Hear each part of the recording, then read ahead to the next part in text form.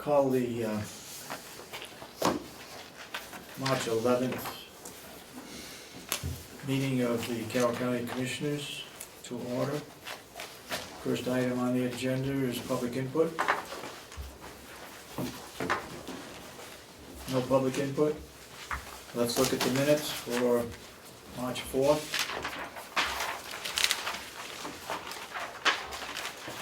I make the motion, we accept the minutes of March 4th.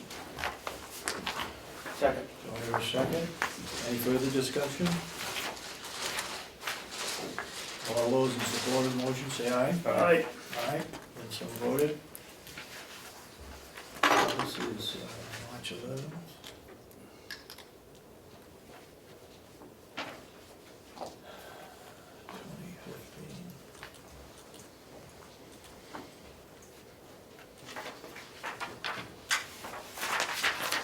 We've got to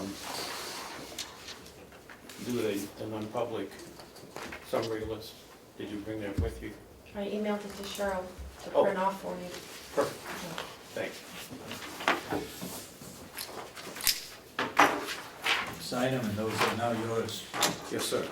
All right, let's look at February 20th. And what was the reason for holding these over, do you remember? I hear a motion to approve them, first of all, again. Where were they? That's They not were my with your bag. agenda. No, I had Cheryl print off just one copy this morning because, oh, she gave you all one? Oh, okay. Well, I've got one. I guess they put it up there on the table. I didn't have it in my packet. Go ahead. When you met on the 26th and you talked about approving these, you had some questions about the way you were going into non-public and making sure it was properly recorded and the votes. And from that discussion that we had on March 4th, it was decided that you were doing it properly, so no changes were made to the minutes. Okay.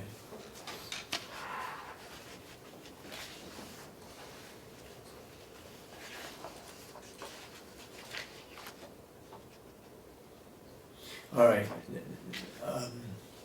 Also on. No, this is the one we wanted to check and make sure on the locksmith, and we got the approval of that one, and so we did it a week later.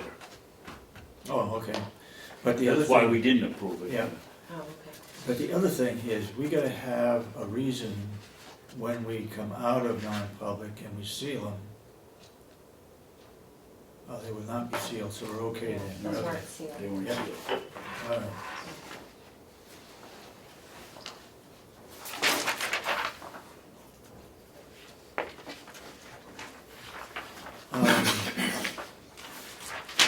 Was this the time that we approved the Eastern propane tank at $1.14? Yes, sir. Should we put in there that we, that we accepted the bid for $1.14? It's not per gallon though, is it? Yes, it is per gallon. Is it? And It's not cubic feet or $1.14, whatever? no, it's $1.14.5 per gallon. And why is that not in the minutes? If Well, this is the one It's on the second page, in the back? to award the propane contract, it's the Well. propane, but it doesn't say what. Let's put in a two-year contract at $114 And a half. 1.145 for 360,000 gallons. If I could, Yeah. that wasn't clear at that meeting. Well, that's what I'm wondering too. Later on, it was discovered that you actually got a better deal than you thought you did, if I'm At correct. this Do I have the meeting, dates wrong? Well, when you awarded the contract, you were saying something about 130 Yes. something. So that's what happened at the February 20 meeting. If you would like, I could put in this week's minutes that it's the $1.14, but that wasn't said at that meeting. What meeting did Dave sign that, do you remember? It was at the February 20th meeting that you signed it. Or the Then February- later, I think there was some conversation with the vendor, and you realized you were actually getting it for only $1.14. At the meeting, you were Yeah. saying like $1.39. So I can't remember what meeting that was. That was the week after, because Yeah. only two of Yeah. us were here, and Yeah. Commissioner Babson was missing. Do you Okay. remember what meeting that was? So that- that was the, The 27th? that was the The 26th. 24th, 25th. That's the meeting we signed it, Oh, okay. okay? So the one that Cheryl. But we ought to record somewhere what it was and for how long and how much. Well, we have the contract downstairs, we need that in the minutes in addition to the contract? No, Or probably do we not. just say we signed the contract? Not as long as we get the contract, Yeah. we're all set. We have the contract downstairs on file, so as long as we say we signed it, I don't think we need that much detail. Why don't we say 2-year contract and it's on file? Okay, Yeah, yeah, okay, that's fine. yeah. Fine, perfect. So do you want me to put it in these or correct those? Whatever you want to do. Doesn't- Well, we did approve the Eastern Propane contract, and it was for a 2-year So contract. you want me to add 2-year What contract? we didn't put in there was what it was cost per gallon. So I'll put that it's a 2-year contract and it's available for public viewing in business office. Yes. Yep, Yep. Does that work? yeah, that works. Okay, I'll bring them back next week. Okay.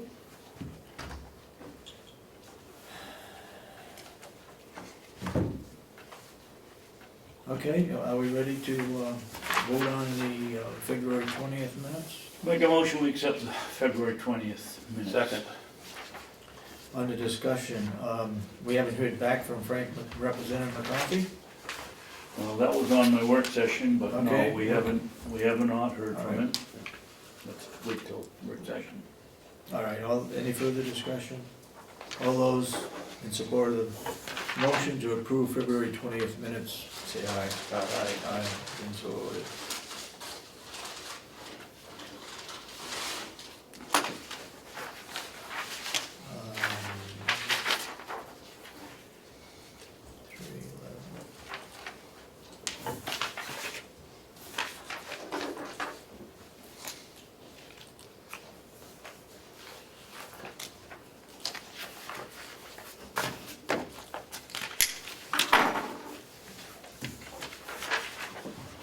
So we have no non-public, Right. okay.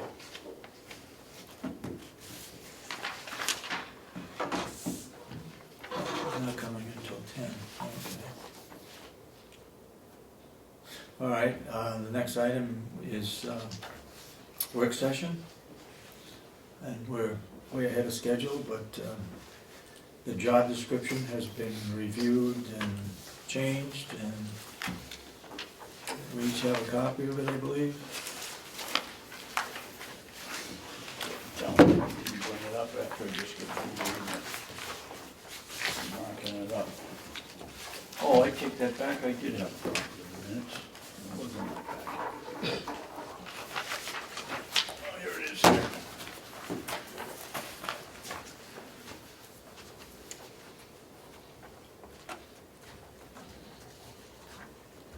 What does that do? This is just the wages as of January 2014 By county or by, by county, yeah. okay. Did they issue the new survey yet? No, she's working on it. Any motions to accept the job description of the county administrator? I'll make that motion. Motion to accept. Do I hear a second? I'll second it for discussion only. Okay. Motion's been made, now we're under discussion. How do you wanna do the discussion? I mean, you don't wanna go line by line, I wouldn't You think. can, if that's what you want to do. His wordsmithing, I don't know. Well, I think there's some punctuation and some Oh, here changes we that go. will be made, but, Mr. Brown, and, He can give the that punctuation and things later. with me, okay. that's fine, but if there's any substantial. in the paragraph, the bullet just above other duties and responsibilities on page 2.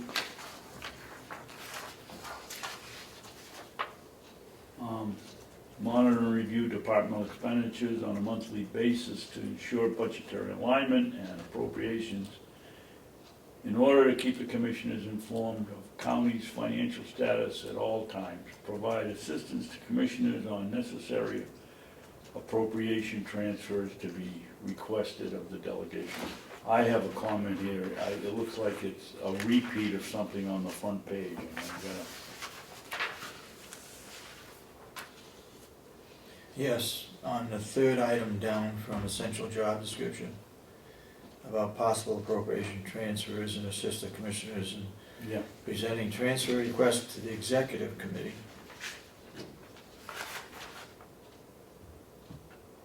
You wanna, Actually, that might, I just made a note that I thought it might, a lot of it might be a repeat.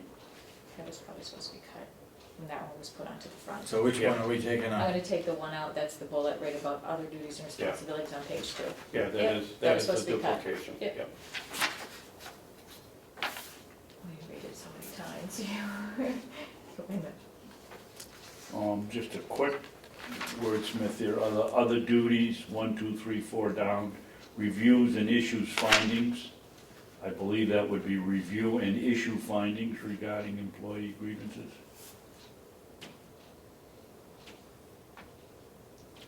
Fourth one down. So issue, take the S off, Yeah. Review and issue, take both Yeah. S's off. yeah. Got it.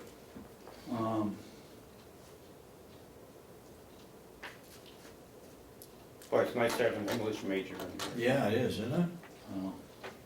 What was your name there?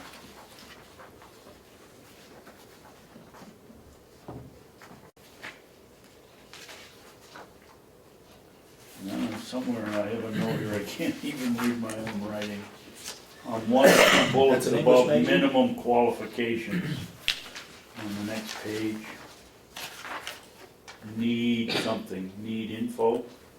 I believe prepares or disseminates public reports of county operations as required by statute or directed by the Board of Commissioners. Prepared and You wanna add something? No, I'm trying to think what I need, something. Or it could be the one above it.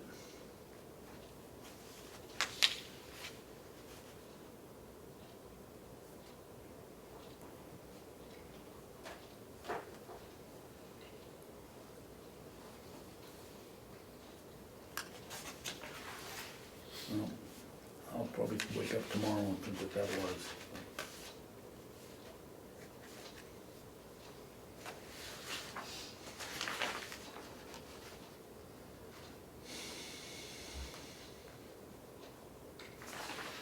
And again, I know we gotta do it, but I don't understand it. Working conditions, physical demands.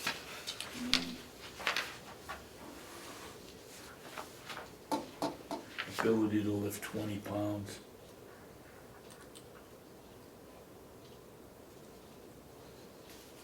Finger dexterity? Finger dexterity, normal office environment, not subject to extreme variations of temperature, noise, odors, etc.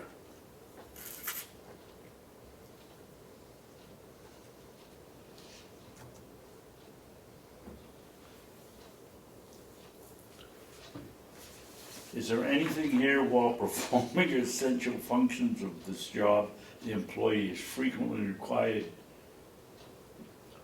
to stand, walk, sit, talk, or hear? Was there anything else left that we met out of there? Breathe, Yeah, they gotta hold their temper once in a while too. breathe, so hold their temper, or, well, you got that one and the one above, it's gotta be diplomatic. that- Okay. Courtesy, kind, obedient, Cheerful, Thrifty. brave, clean, and reverent. brave, clean, not really. Those aren't Clean. physical things, this is the physical part of the job. Should there Just be another something- quick one, before I do the whole thing, but the fourth bullet down, it's not monitors the county cash flow, but monitor the county cash flow. What page you on, please? Front page. First page, monitor. Take out the. Fourth bullet. Monitor under- Is there anything in here that, we have a mission statement on the door. Is there anything in here that says this individual needs to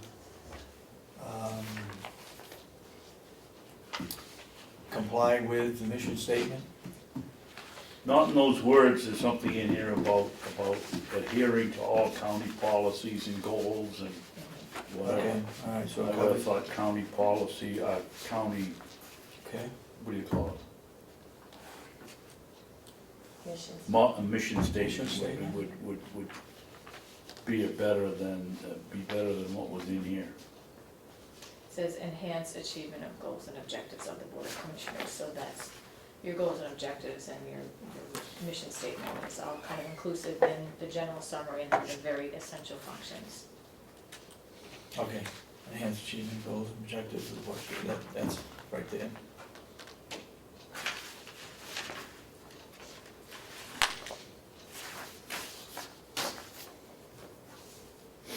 Okay,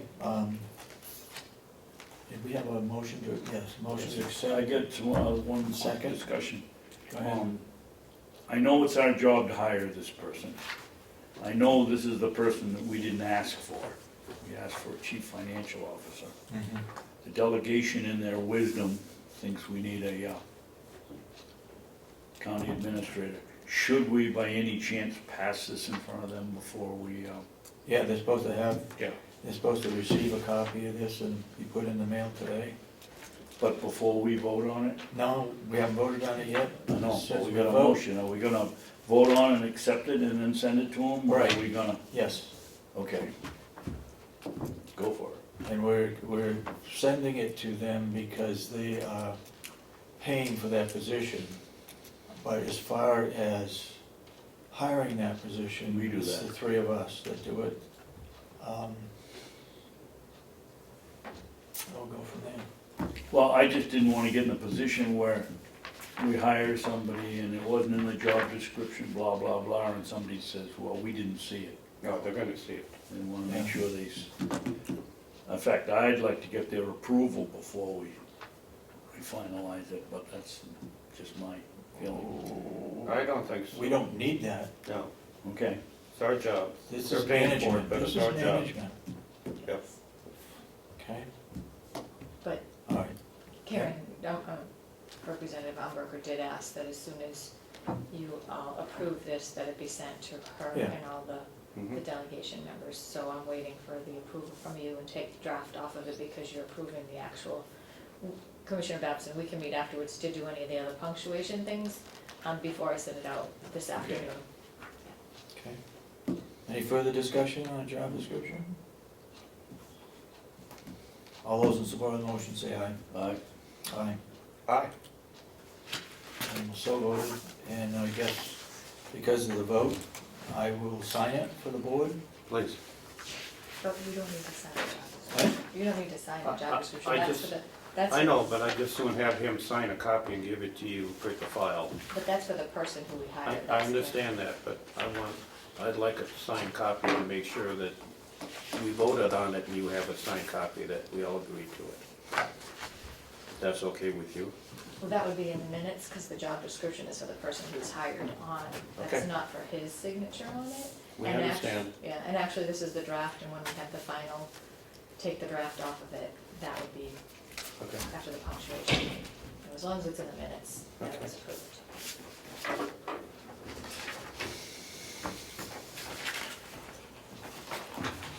Anything, okay, we stated who was gonna be on the committee when we get going, and we can talk about that some more later on.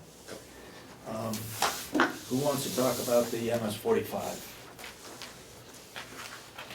I sure can if you want me Go to. ahead. Before we get into that discussion, I'll get my notes up here in a row.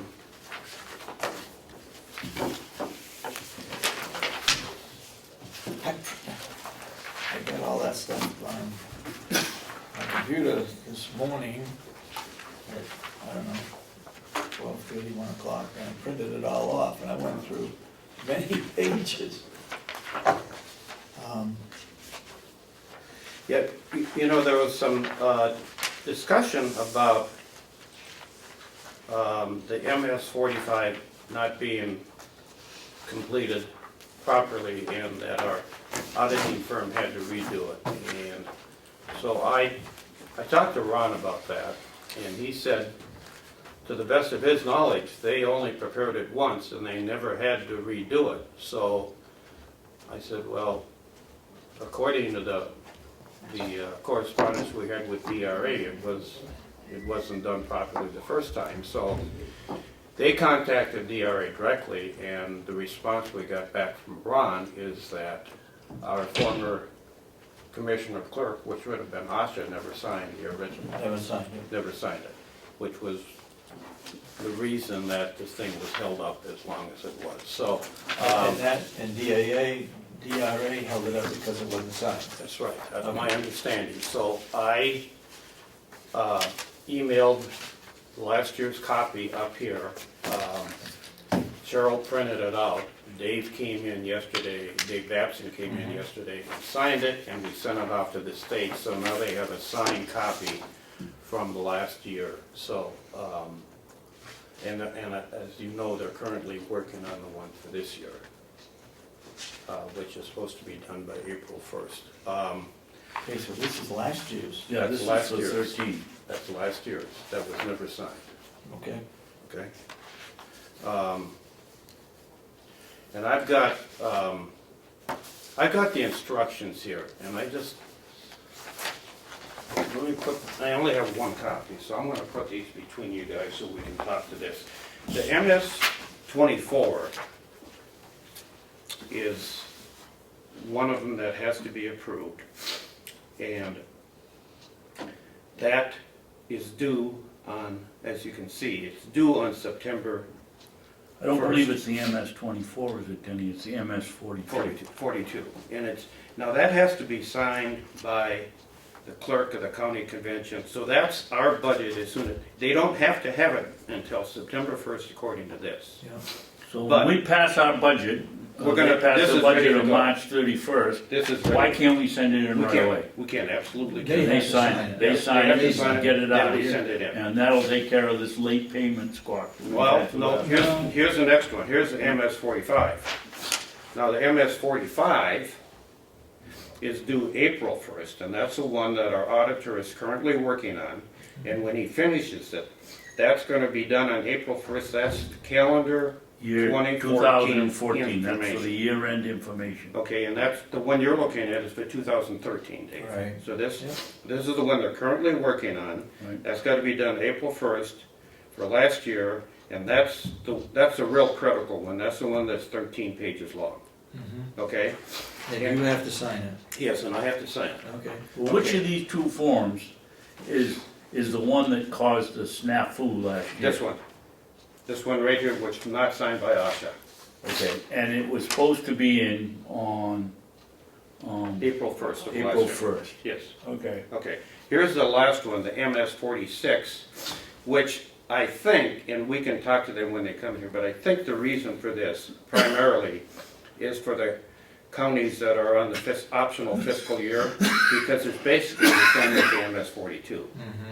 So, again, in September 1st, we send in the calendar year budget again. So, I think, I think you're right. you know, that's really, I mean, if you read this and read this, they're almost identical, and we'll send them all in, but this is the one, this year's budget, and then this is last year, and that's the real critical one. Yeah. Okay? Okay, Dennis, this one for the 13th that didn't get signed, do we have any idea when we sent it in last year? I have no idea when it went in. If it was a matter of not having the clerk sign it, I would have thought that the DRA could have looked at the form the minute they got it and said it's not formed, Yeah. and let us know, but they didn't. On the No, I other think hand, that- I think maybe this we is- didn't get it in on September 1st, which is my recollection. Well, this is due on April 1st. Okay? Okay, This oh, is- all right, yes, This is due on April That's 1st. the year end, yeah. And it was in way after that. It didn't go in until September, I think, Okay. October, so it was really late, Okay, okay? thank you.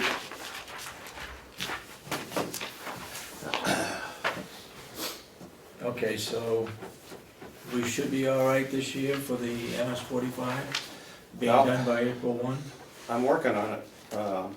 I mean, I shouldn't say I'm working on it. I'm following up with our auditor to make sure it is completed on time, but I see no reason right now that we will not be completed on time. And I will personally sign it, and if I have to, I'll drive it over there. but it will be done. Yeah, in here, in the MS 45, it states in there that April 1 for calendar year counties and September 1 for optional fiscal year counties. Exactly, and that's, I think that's the reason date for the MS 46. Yep. Okay. Yep. Okay.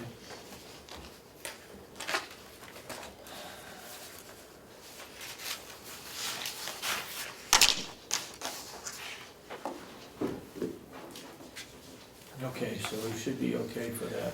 Now, when we have DRA come out here next week, these are the ones that are on the website, and I think the ones that we're gonna be familiar with when they come here, but I think there's more than this that we have to send in. I think there's ones for the nursing home and so forth. Yes, there is. There's something that the 31st of March from the nursing Yeah, home so that I- we paid Bulio for last year. Yeah, so we need, That deals with Medicaid and Medicare. Yeah, we need- reimbursements.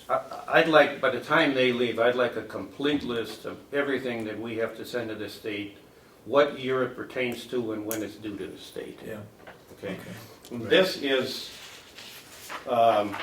our advisors from DRA, and you can see how it's broken up by county, and this is the one that's gonna come and see us. Oh, Cheryl, Shelley, Okay. Shelley.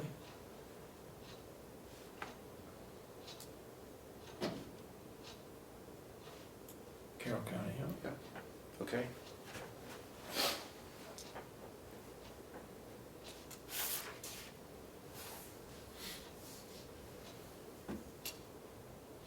Okay, so we should be all We should be all informed, but upset, I mean, not upset, but yeah, up to date. up to date. Yeah.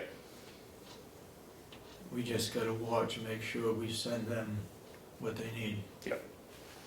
Now, on the MS 42, that's up to the delegation, so that would be Ed, right? Ed Butler? Yes, he's the clerk, he's the one that has to sign Okay, it. so, And the chairman. yeah, and that's you, so, No, No, that's, Oh, Representative Underwood. okay, so do we, They normally take care of that. so we don't have to follow up with, Once Kathy Geary puts the budget all together, okay, which would be on the 27th, okay, once they approve the whole thing, then all the form should be all made out, and both of them should sign it. Then it goes in with the Secretary of State, I guess. okay, so you're saying that That one- it's not up to us to follow up to make sure they do that? No, it's their job. Okay, David, what happens, the form has to be in by the 31st of March. Oh, no, excuse me, that's for the previous, the year ending yes, previous year. yeah.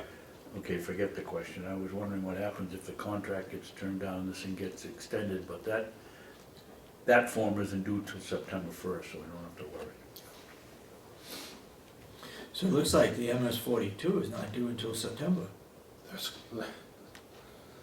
Wow. You would think right after the budget is approved that Won't get in. I know, would set in.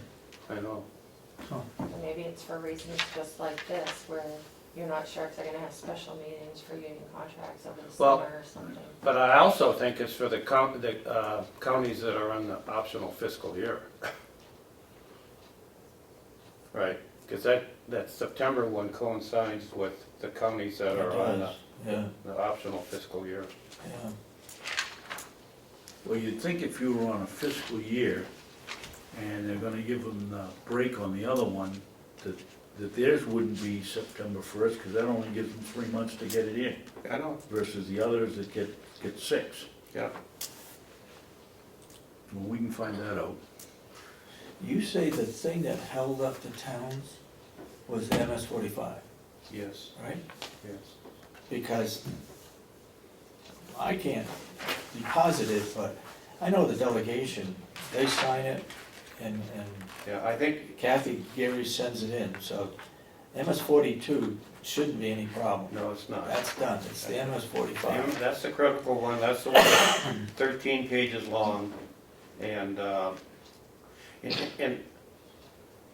do you guys understand, have you reviewed the MS 45? Are there any questions that I could you guys all understand what goes in there? Well, I sent you an email, and, I'd like to talk about this form with you sometime. Okay. You know, Well, when they come here, we can talk about it, right? yeah. Yep. But you know, if you look at that MS 45, and then you look at our budget, you open that up for a second, Dave, you're gonna see on there that, that form contains, on the left-hand side, like a 4-digit number. Those numbers on there, they coincide with our chart of accounts. So, you know, if you look like all payroll accounts start with 4,100 and, you know, admin starts with 1,000. So what you're doing is taking the chart of accounts, sorting it on the account numbers, taking the totals off of that, and then filling in the appropriate blanks. And there's some discretion whether or not you have to review all the accumulation of accounts to make sure they're in the proper place. But that is just a consolidation of our general account ledger by account number. And in those format numbers, the some of state those wants it. numbers were, they sent out a new set of rules with number changes. Yeah, and that's I how, assume that it's been done on the yeah, form. and the reason we have to follow those numbers is precisely in our chart of accounts is so that Right. when they get that MS 45, it's comparable between counties and all the numbers mean the same thing. And this is, you know, I think when we were in the meeting with Karen Umberger, and we were talking about the financials, when we talk about financials, we're talking about basically the MS 45. Yeah. I don't think she understood that when we're talking financials, we're talking MS 45. I think that was the disconnect. So, you know, and this is the one that we want to be able to do in-house, and we should be able to do it in-house. But if we just transposing numbers, it should be fairly easy. Yes, absolutely. Yeah.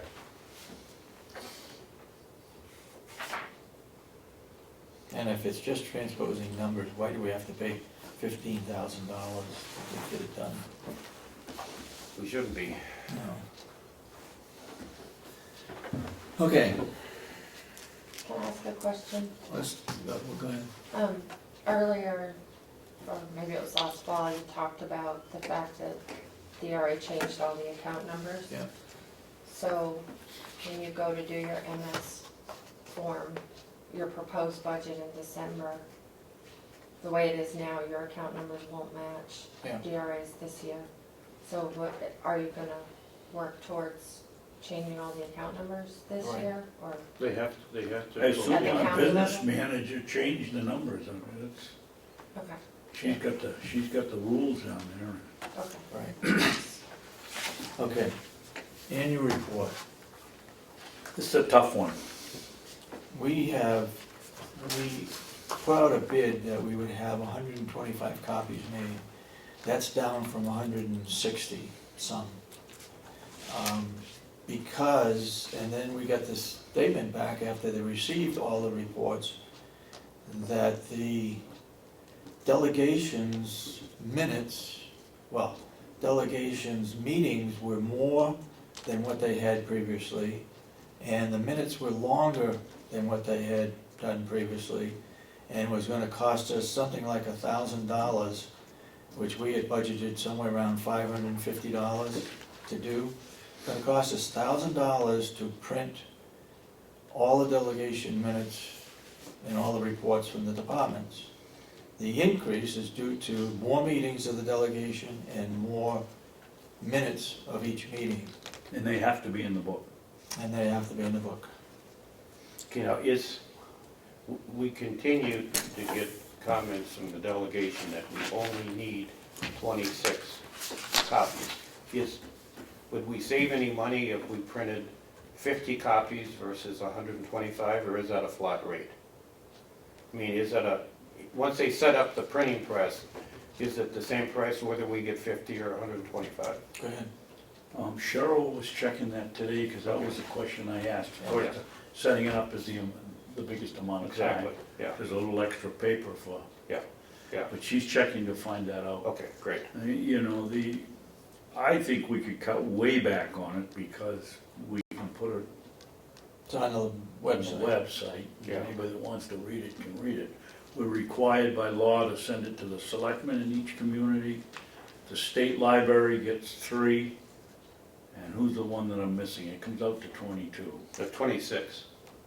Representative Cardelli gave me a little form, and he said we need 26 printed copies. And we just counted it this morning. She brought the law in, and we got 22. It was didn't we? 22, Oh. yeah.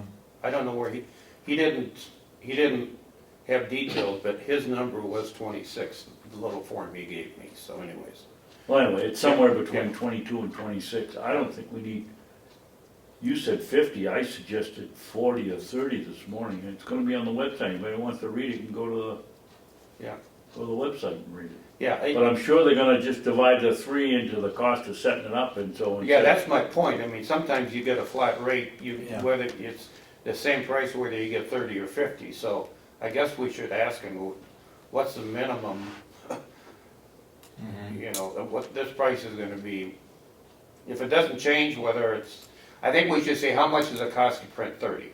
And then if they say, well, between 30 and 100, it's the same price, then Then we we get get the 50. most we can for the Yeah. least amount of money. She threw out a figure of $8 and something cents this Per morning. booklet, right. Per booklet? Yeah. Oh, really? I called Grafton yesterday and I called Belknap yesterday. Okay. Grafton has, the 2 books that were recommended as the best were Grafton and Belknap. Okay. Grafton's is spectacular, it's Colored, colored, probably an Pages. inch thick. They print that themselves. Okay. They have a correlating machine and they wire bind it, Oh. and they do it themselves. Belknap, we're waiting for Debbie to send us over the information. Well, I say we print 30 and that's it, that's all we need. And put it on the web. Put it on. Well, let's find out what the, you know, Yeah, if 30's exactly. gonna cost us 1,000 and 50's gonna cost us $1,050, we might as well get Absolutely, the 50. absolutely. So let's Alright, wait yeah. and see what, so the Cheryl comes up understanding with is right now the we're gonna order 30. Yeah. However, if we can get it for the same price, we'll get 50. Yeah, oh, something reasonable. yeah. If there's a minimum, let's just take the minimum, right? If the Yeah. minimum is over 30, let's take the minimum. Okay.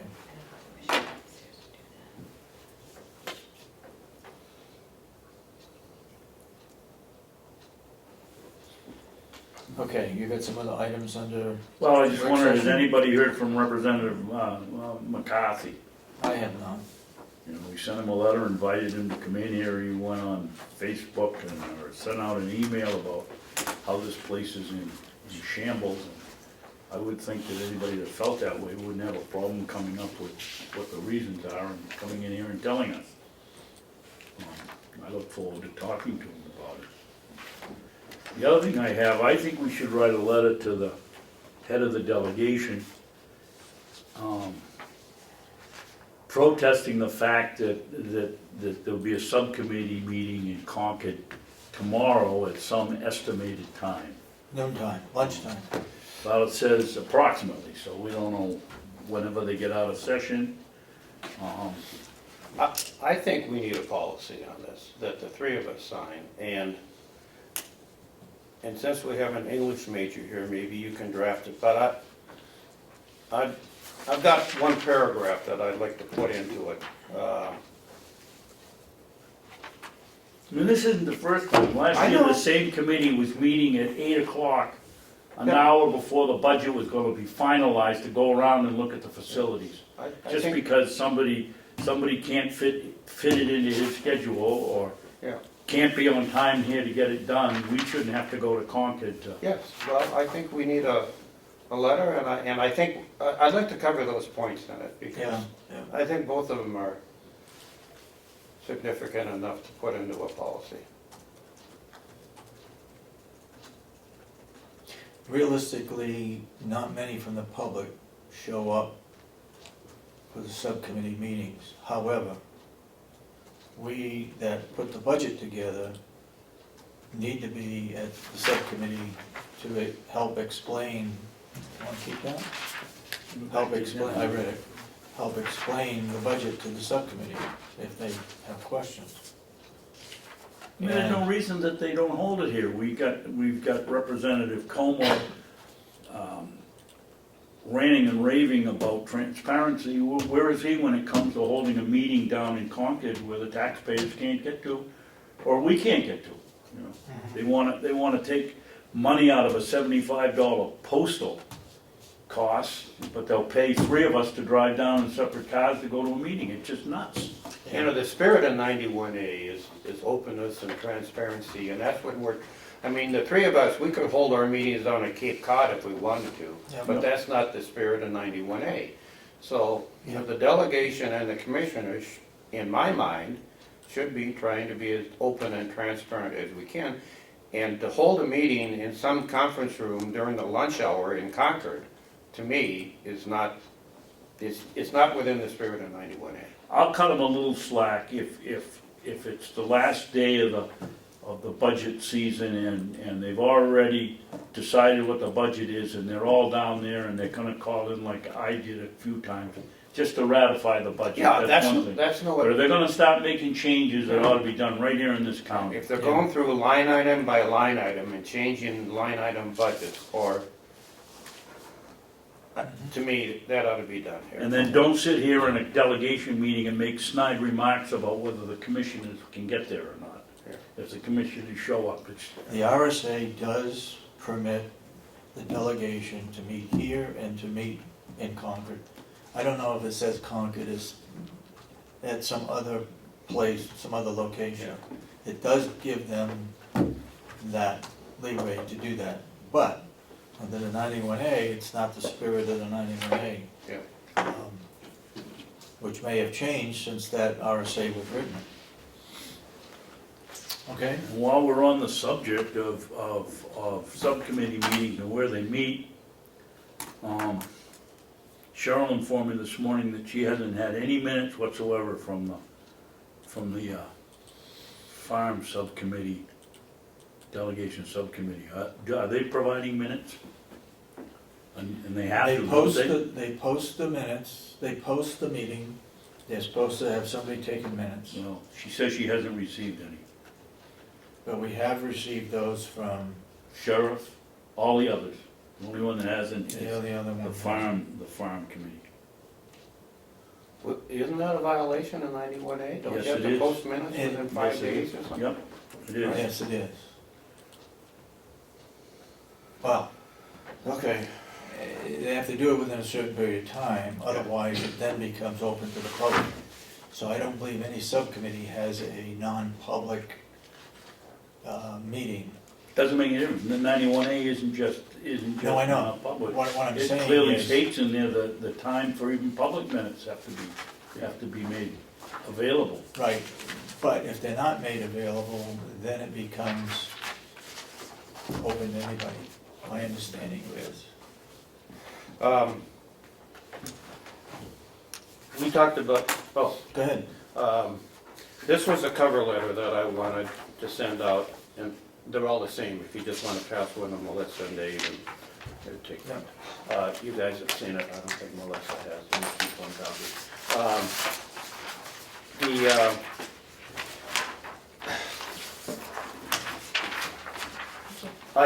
I'm thinking, I looked through the list of our assets, and I think we should change this from 5,000 to 10,000. So the bigger ticket items, because I think otherwise it's going to become too unwieldy. I think a 10,000 limit would be, especially for what we're trying to do. And there was some discussion about that we already do this with the Yes, fixed and I asset have. list. Okay, Some, no, but here's the difference. If Yeah, That that is is- a difference, okay, that's prepared for tax purposes. right? Okay? So if we build a brand new nursing home, we're gonna, because the IRS said a building lasts 40 years, we're gonna depreciate that building over 40 years, so it's got a 40-year tax life. I'll guarantee you that portions of that building are not gonna last 40 years. The roof isn't gonna last 40 years. The 20, if it's 20 to 25, unless they're architectural grade shingles, then they might go 30.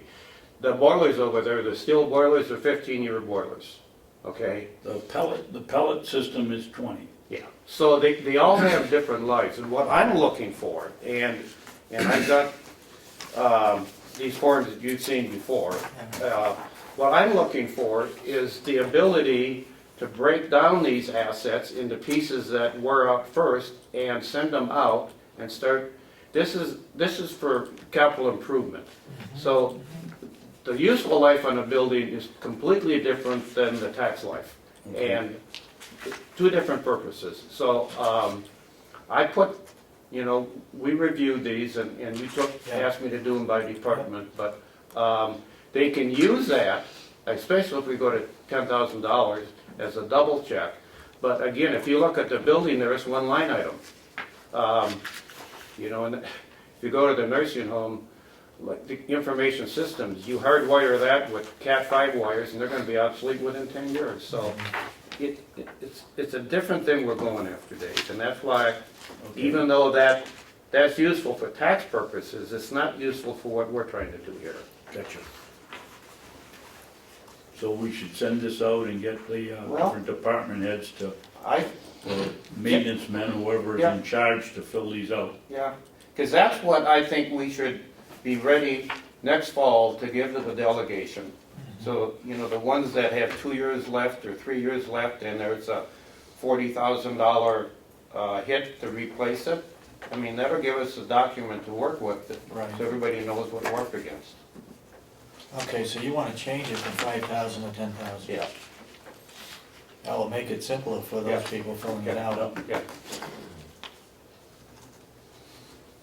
And that would be effective July 1st? As of July 1st or some other date? What,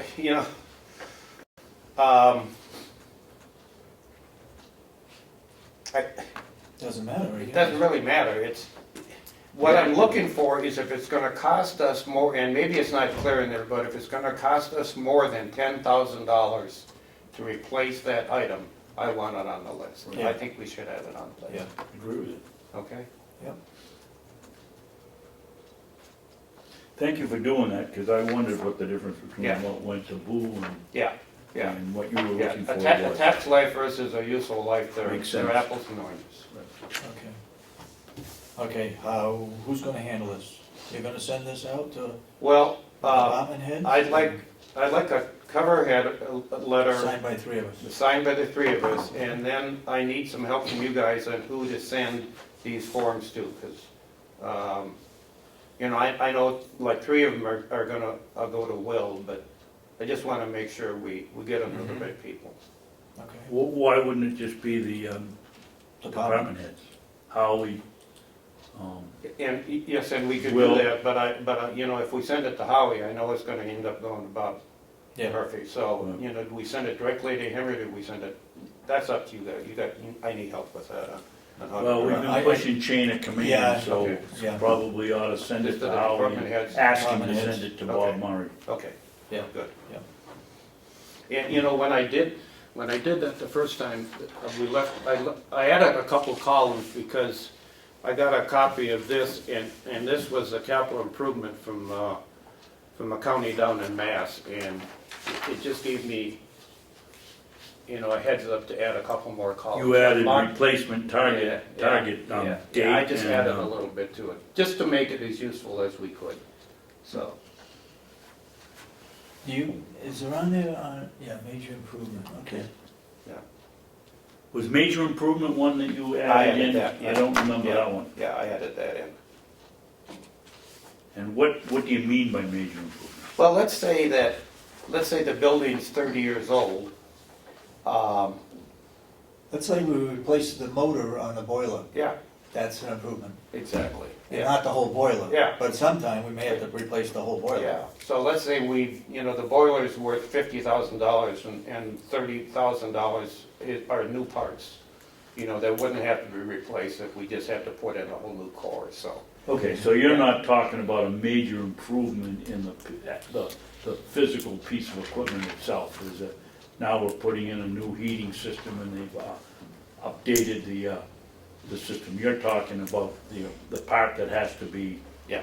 actually Yeah. replaced. Yeah, Okay. yeah.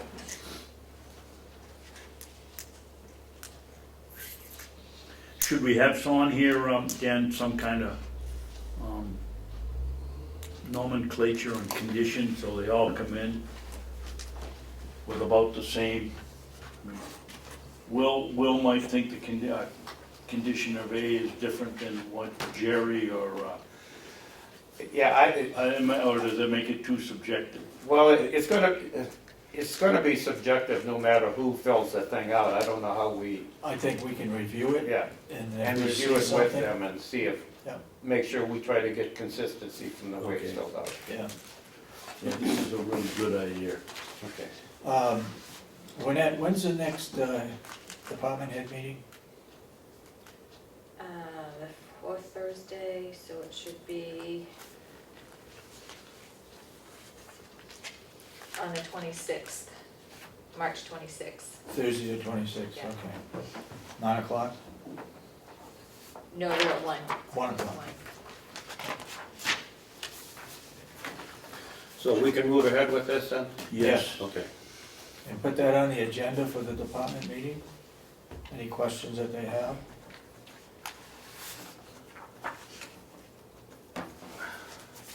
So can I keep going here? Yes. Yes. Okay, here's another topic I want to talk about. I'll get some of this back to you, I don't want to Yeah. have all this stuff. Right here.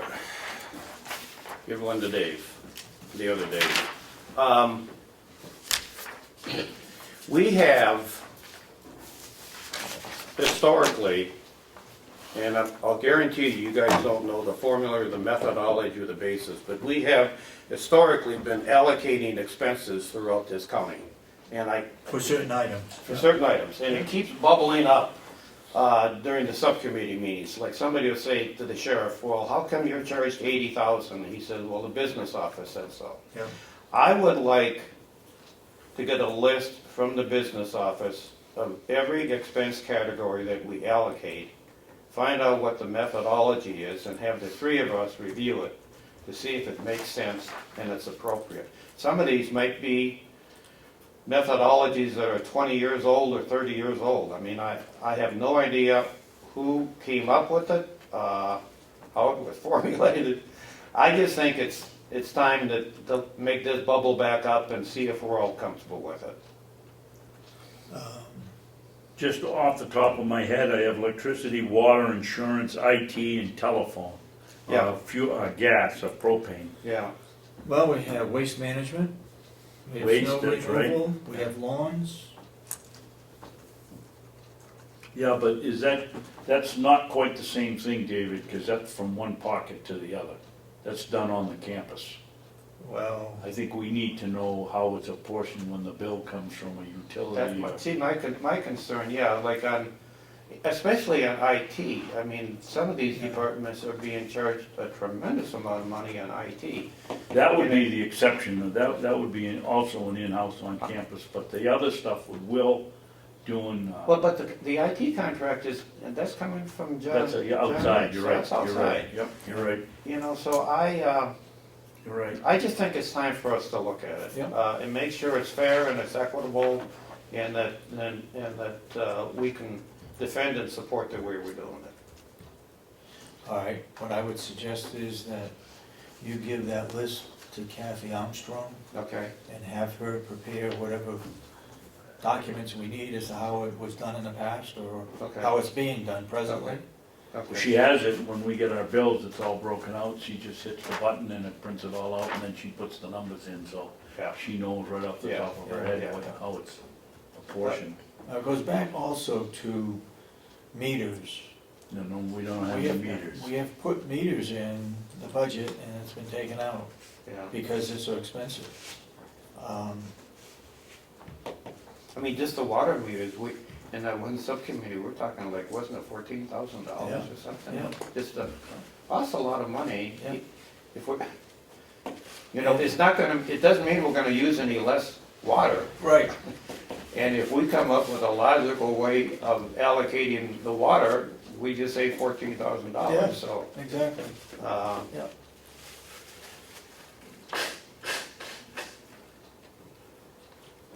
You get any other right off the top of your head? You said waste management, propane waste management? I know as long as I've been around here, they've been apportioning them. Yeah. Yeah.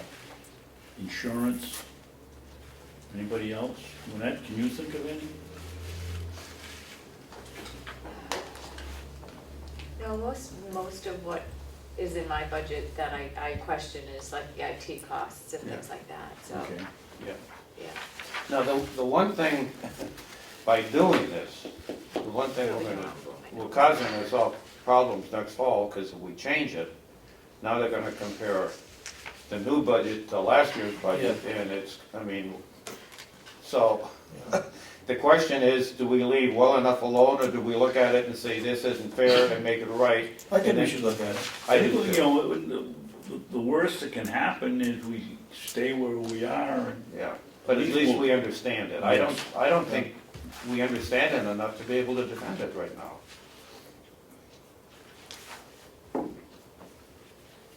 Yeah, I think. yeah, absolutely we Kathy. should do it. Okay. Yeah. Okay. You're on the roll there. What else you got? We wanted to talk about our assistant over here and get a policy for, We want to go into non-public for that. do we? Okay. I don't think I have anything else that I, You got snow removal contracts?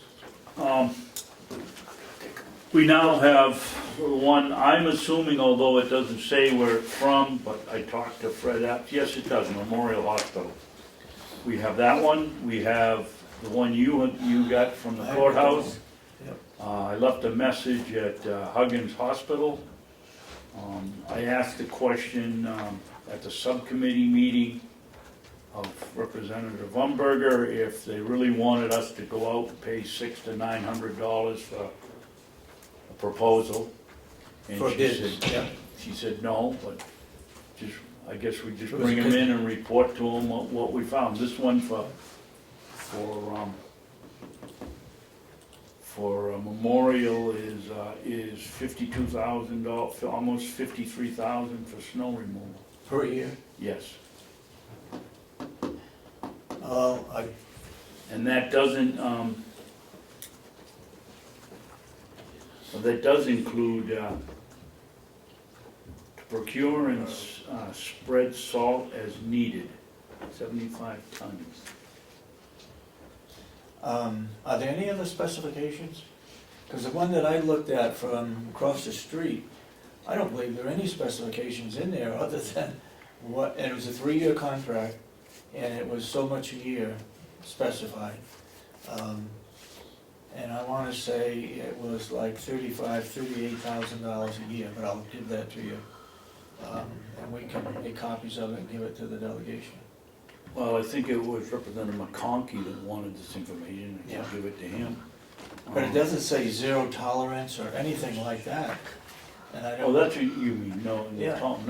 no. it's just plow it and sand it when needed. And the court only meets, when they meet, 8 to 5, so they don't have to be here at 3 o'clock in the morning to get ready for a 7 o'clock shift or Right. an 11 o'clock shift. It gives the plow company plenty of flexibility to do it at any time of the night between those hours. Lynette, do you have a copy of Representative McConkey threw on the table at a subcommittee meeting or someplace, zero tolerance for us? I don't know if I've ever seen a contract, and I don't know where that, why would we have a contract? We might have a policy for the farm crew to make sure the roads are plowed, but I've never seen, No. there's no contract. No, and what he We don't was, contract what he out. was waiving was what he had for an example of a contract from someone else. No, excuse me, No. what that was, we went out for bid. Right, right. Years ago, and that was the criteria that Will had come up with, Oh. went out on the bid. McConkey's Okay. contention was that the stipulations in the proposal were far greater than the way we What were we're doing doing the here. job here. Right, Okay, right. Yep, that sounds. But we don't have, I've never seen a policy on that. Well, on here, Dave, is, I don't know why this stuff's blanked out, but this is what, all snow plowing and sanding services provided by blank will be done in a workmanship manner, workmanlike manner, and in a timely fashion. Does not, and again, that would be the company, does not assume the responsibility of the safety, parking areas, walks, or roads in any circumstances. To the fullest extent permitted by law, the owner shall indemnify and hold harmless, that's the company again, from and against claims, damages, losses, and expenses arising from any claims due to slippery conditions and snow plowing. I got an email last week from Howie saying that he had met with Will and they came up with a new plan that Yeah, looked to be very satisfactory. I got that email too, but I haven't seen the plan. No, I mean, so is this problem already solved or? No, No, I think we have two issues here. I think Representative McConkey thinks we probably can get it done cheaper outside and a better job. Oh, could you pull up, you gave me the address for the one across the street, that's where I got it from. Can you pull that up right now and say what it was on an annual basis? Yeah, it'll take me a minute, but Okay. you'll probably find it All right. again. I don't wanna be misquoted, but I think it was in the 30s. I think you told Just me to do that. 38. I think you said something like $38,000 to do that parking lot. But that's a 3-year contract, so that's, I think it comes up very close to $100,000 for over 3 years. But anyway, the issue was, what do they want us to do? Do they want us to spend $600 to $900 to advertise, or she said no. Well, if that's the case, I wonder if we should do the same thing for lawn mowing. There are landscape people out there that do that on a regular job. Should we find out from them as to what it would cost to do all the lawn mowing around campus? To see if we are in the, see what complicates things with the farm is that they have a lot of fill-ins. They have a purpose, they gotta take care of the sewer, they gotta take care of the water. And then everything else falls in between there. They bring in money for the campfire wood. When they're not doing something else, they're supervising the inmates. They do the snow plowing in the wintertime, lawn mowing. Yes, they have a Hay, garden, they wood. do the haying. Vegetables. But there's certain priorities, but if you put all those together, I think we're getting our money's worth. Belknap, and I called as I said, I called Belknap and Grafton yesterday and talked to them about the annual reports, plus snow removal. Both of them do them themselves. Do it themselves, yeah. And I would think down the Coney or Belknap County, they would have plenty of people private people that could do it. Who would be cutting our grass? Would that be the inmates? Yes. Inmates and at least one full-time, because the full-time person would be driving the mower. Drives the expensive mower. Yeah, we don't let inmates do that. Inmates on occasion, I think, would use weed whackers. They use them all the time, Dave. Okay, And and they then, use the push mowers, but they don't use the yeah, they big. use push How bike. in expensive the John Deere. world could somebody trying to make a living and running a profitable business cut the grass cheaper than we could when we're using inmates with weed whackers? Yeah. I don't understand. Yeah, yeah. Hey, Plus, getting rid of the sand, raking all the lawns in the spring, Yeah, spring cleanup. that, yeah, this one right here. If you look on here, look under, revenue, and, you're gonna see farm. Okay? Yep. Yeah, which came out, I was gonna suggest Okay. $163,000 when I looked at it yesterday. But where's that all coming from? Okay, but now look over here. 50,000 comes from just campfire wood. Okay, that's on the revenue. If you look on expense, you're gonna see,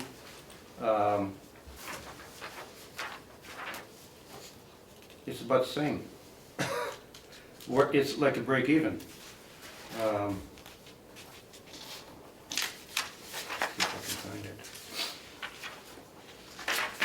Well, it takes in the hay.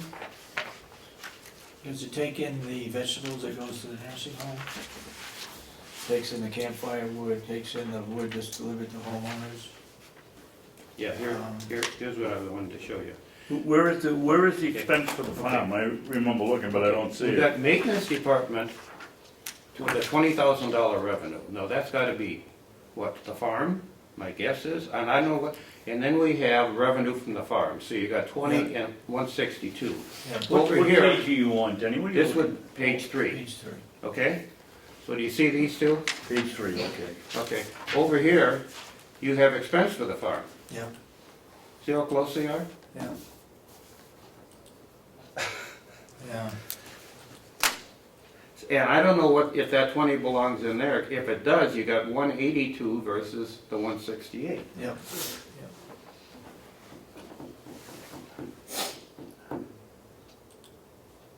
I thought we were about $30,000 or $40,000 of breaking even with the farm. Yep.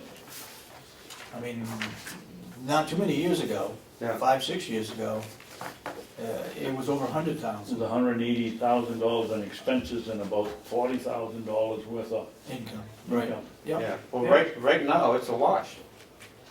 if those figures are right. Yeah. Yeah, Yeah. yeah. Yeah.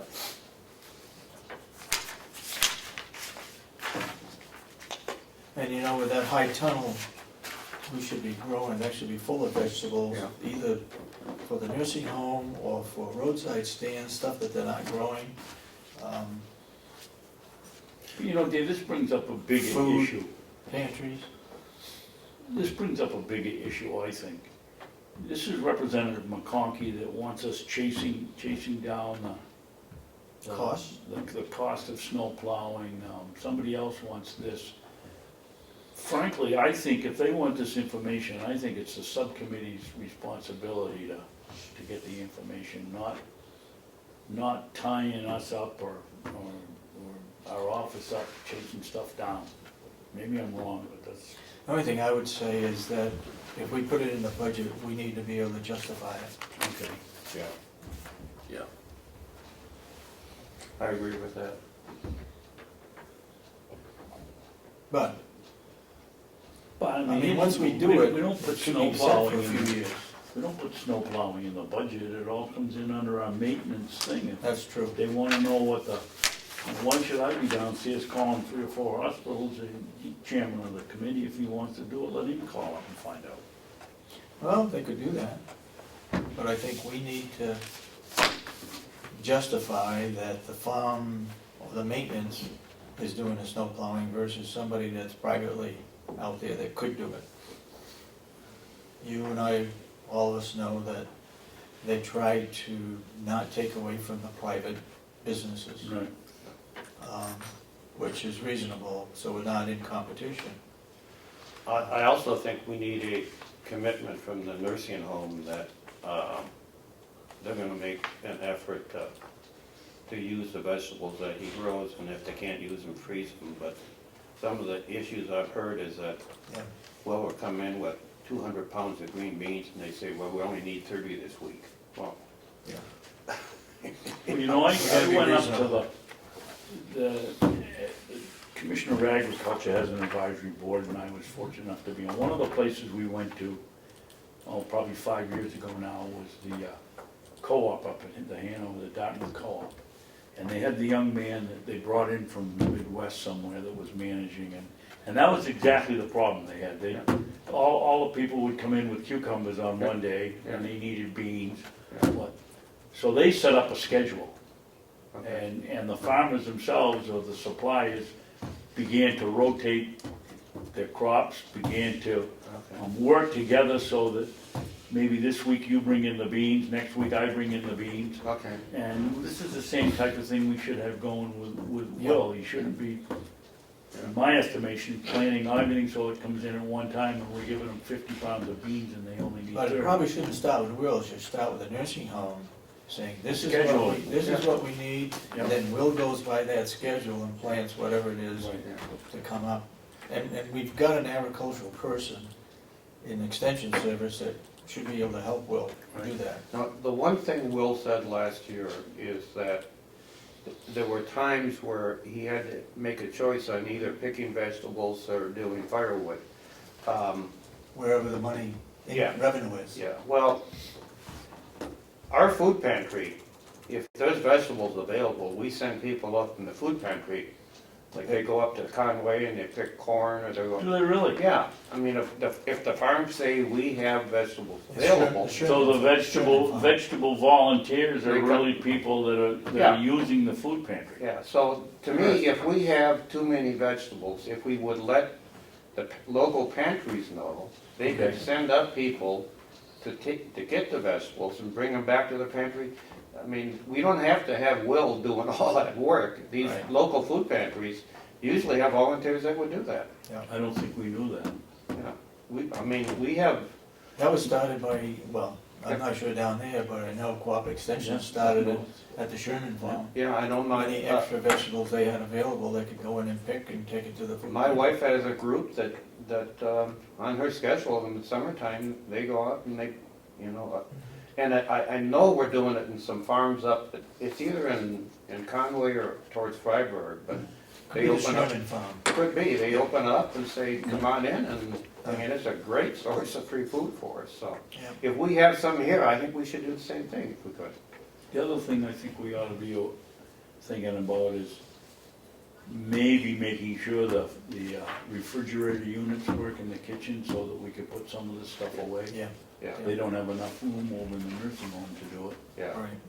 But a lot of Why the don't we make pantries, a note to ask Bob if the refrigerators are working? The thing that we would have, that you may have thought of and you may have overlooked, and that is, when we have people come in to pick, the jail is always questioning what kind of contraband is left in the field, because the inmates are out there picking too. And if somebody leaves something at the end of the row, they will let the inmate in there know that, hey, look for this at the end of the row. So that's one of the things that we have to be careful of. It was cigarette butts, it was cigarettes at the, Oh, Yeah, over at the that nursing kind of home stuff. and the trash. okay, Um, so, But we also, don't forget, we're gonna have more inmates available to us. The women seem to do an excellent job in the garden. Yeah. Well, And could we're gonna we- have more of those. could we have some kind of form that these people have to sign if they're gonna come in here and pick vegetables, to adhere to certain rules and not leave? Or don't you want them on campus, I guess is the question. I guess I think we need ought to look talk at to it. Jason about it. I don't have a problem with it, Yeah. but I think it makes a difference whether you have a young person coming in and picking that might be suspect with a husband or a boyfriend in jail Yeah. versus an elderly person that, I mean, we've had instances where people come to visit the jail, and they go around the back of the jail and they leave stuff in a stone wall, Oh, and then the inmates come out and, yeah, I didn't you know, think of that, that's a good point. but. you're not the first one that didn't think it. No. I mean, Okay. Yeah, I got my introduction last year. Okay. You know, you think it's a good idea and then, yeah, and then you say, find out from, maybe not so good after all. Yeah. Okay. I found that number. You did? $13,053. Wow. 15,000. what was that for, Melissa? 13053, it's for the contract with Brooks and Sons for the courthouse across the street. This is for Brooks? Yeah. That's per year. For So what the, did the total come out to? for the, For the 3 years? it's a 3-year contract. And it's how much, 13? Yeah, for one year, it's $13,053. So the 3-year contract is 37. The 3-year contract is $38,398. Okay. That's And what I then- had. That's what you had. What I didn't find last time, what I found today is the actual contract. Oh, So I emailed it to the 3 of you. okay. Is it long, the description of what has to be done? How many pages? I'm not, the whole packet is 14 pages. That's why. And it has a diagram of the cord, and it has all the specifics about how they want it maintained. During operating hours, no more than 2 inches are allowed to accumulate. That's just one example. And it has all of his insurance and certificates and everything. Okay. I guess we need to have somebody print that off, so we have one copy. Do you want me to send it downstairs? Yes, please. I got hold of our representative for our county systems out in St. Cloud, Minnesota, and he sent me these brochures that talk about our accounting system and our payroll system and what options they offer. And from what you have gathered, what's your conclusion? They continue It's different. They continue to upgrade these systems. For instance, they gave us the ability to download to Excel back in 2003, and they enhanced it every year. So it sounds pretty robust right now. It sounds like if we wanted to do this in Excel, it sounds like they've got all the equipment and we need.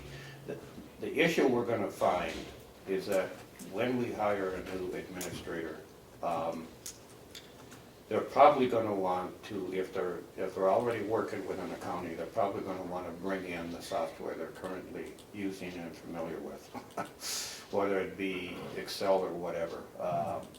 Now on payroll, they'll probably just leave it alone, but if they're used to a certain budgeting package and they're familiar with it and they like it, they're probably going to try to convince us that they want to use this package. If not, I think within Xerox there, if we start to use the Excel option, they give us a lot more flexibility than we currently have. Does it require a new module or a new software? Or do we have the ability to do it right now and we just haven't upgraded, or what? I asked him if he could send me a list of what they offer versus what we have installed. I don't have that yet. Okay. So I want to make sure we have the most current. And I know we're not using the most current Excel software that they have, because he said the last package they came out with was like in October of last year, and they really enhanced it quite a bit, the Excel version of it. So that'd probably be all we need. But again, whoever we hire, they might try to influence us to use the package they're familiar with. So, but if we stick with this, I think we can vastly improve our budgeting package just by upgrading to some of the things they have within their package. You know, over the years, Kathy's always asked for upgrading the system. I don't remember seeing that this past year, Yeah. or maybe even last year, Okay. but Yeah. I know there are updates that were Yeah. budgeted for, Okay. okay? Let's move on to Hale's location. Why don't you come up, Kathy? Jojo Bevel's due to be here Oh. also to discuss the assessing contract. but okay. She's not here yet, but if Do you have more copies? of I it? did, I was hoping Kathy was gonna give you a copy. Is she gonna make copies? It thought was she in your had handed packet, David. We got, it was on your desk, isn't I it? had Is that what emailed it it is? down to her. Yes, Hale's okay. location, you gotta have it there. I've got a copy of it here. All right, I You think, gotta have it, David. sorry. Good morning, Kathy. Good morning, Jonathan. Nice to meet you, Kathy. Meet you.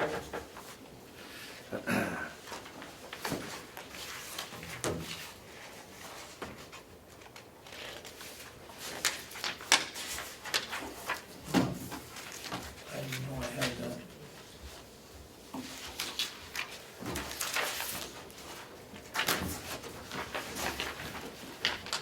I had it on my desk. I hope I brought it up here.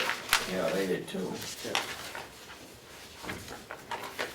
question about get a couple copies.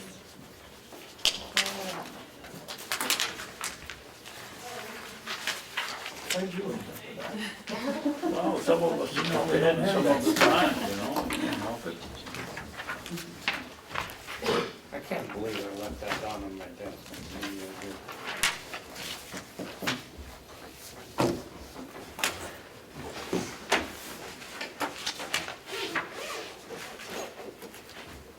That's a unique last name. I don't know if I've ever met anybody with a last name like this. It's not very, very uncommon name, isn't it? Yes, yes, French. It's French? Mhm. Okay.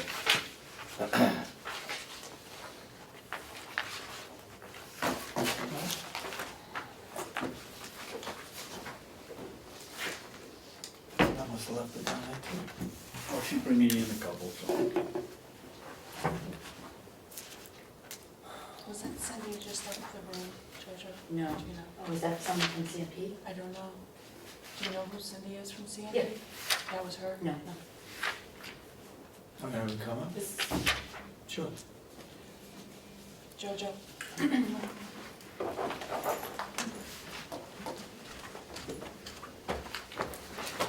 Good morning. Good morning. How are you?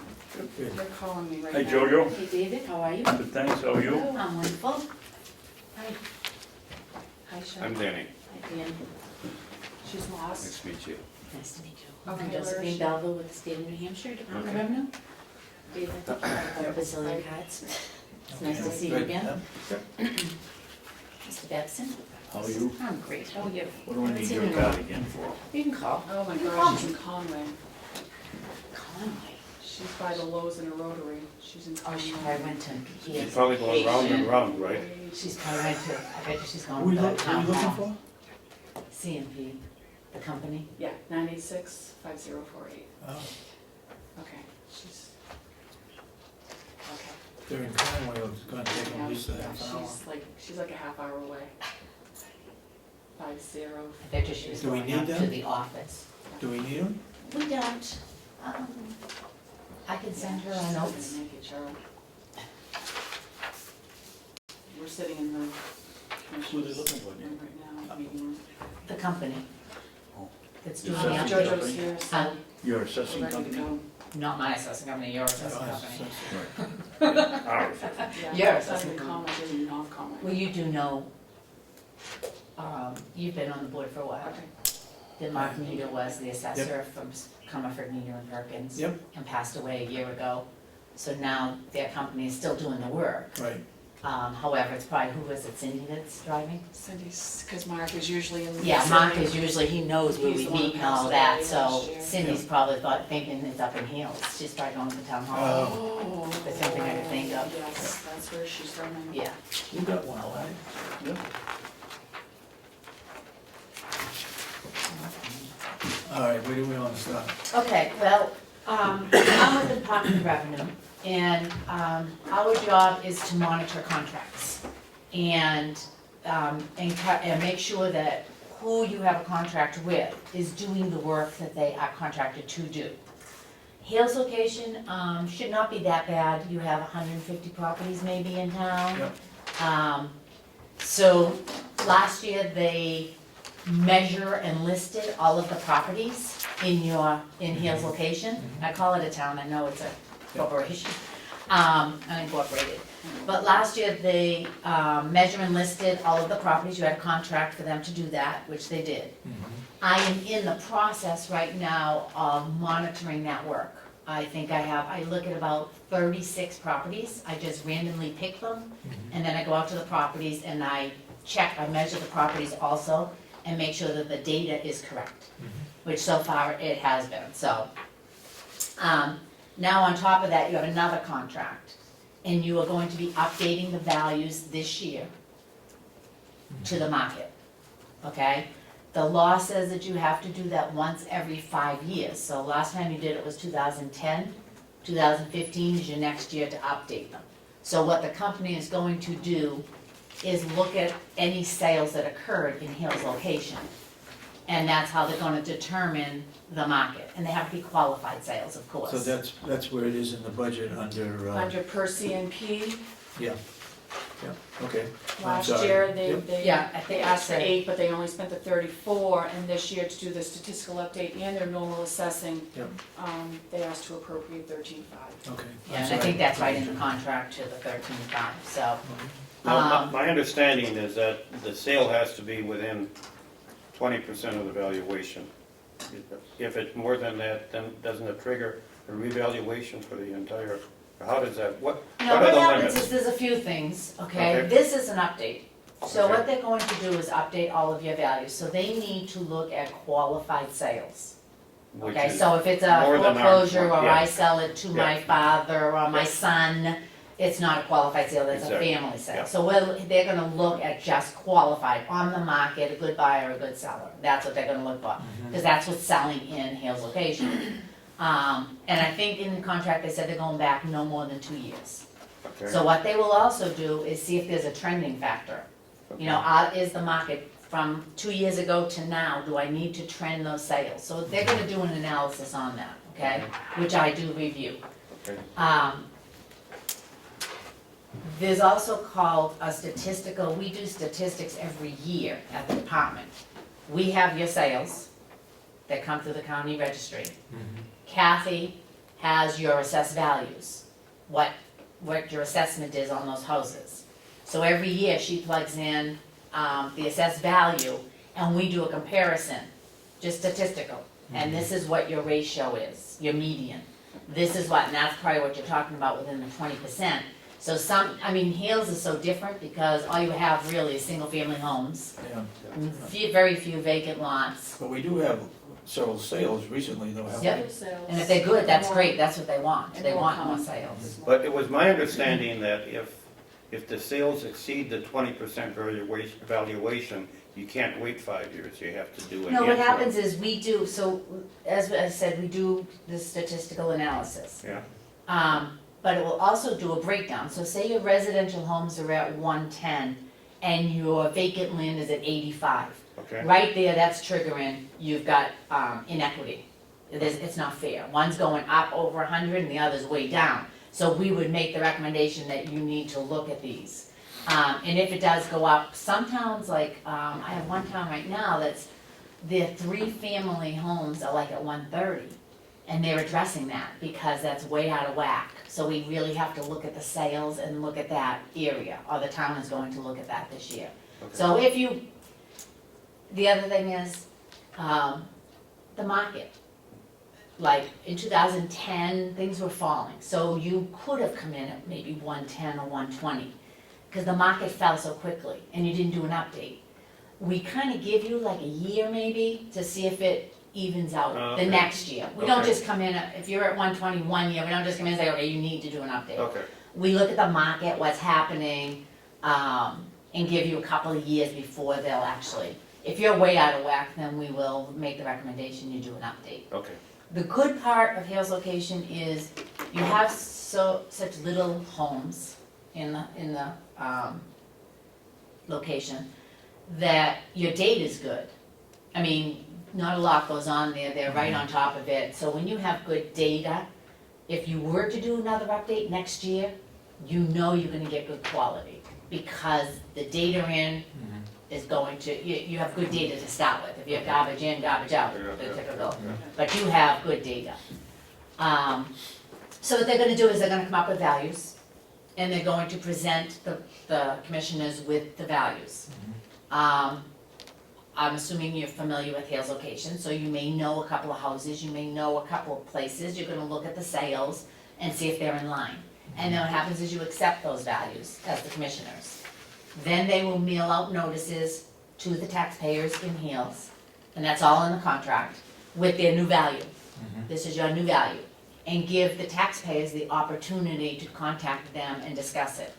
Normally, towns will have what's called a hearing.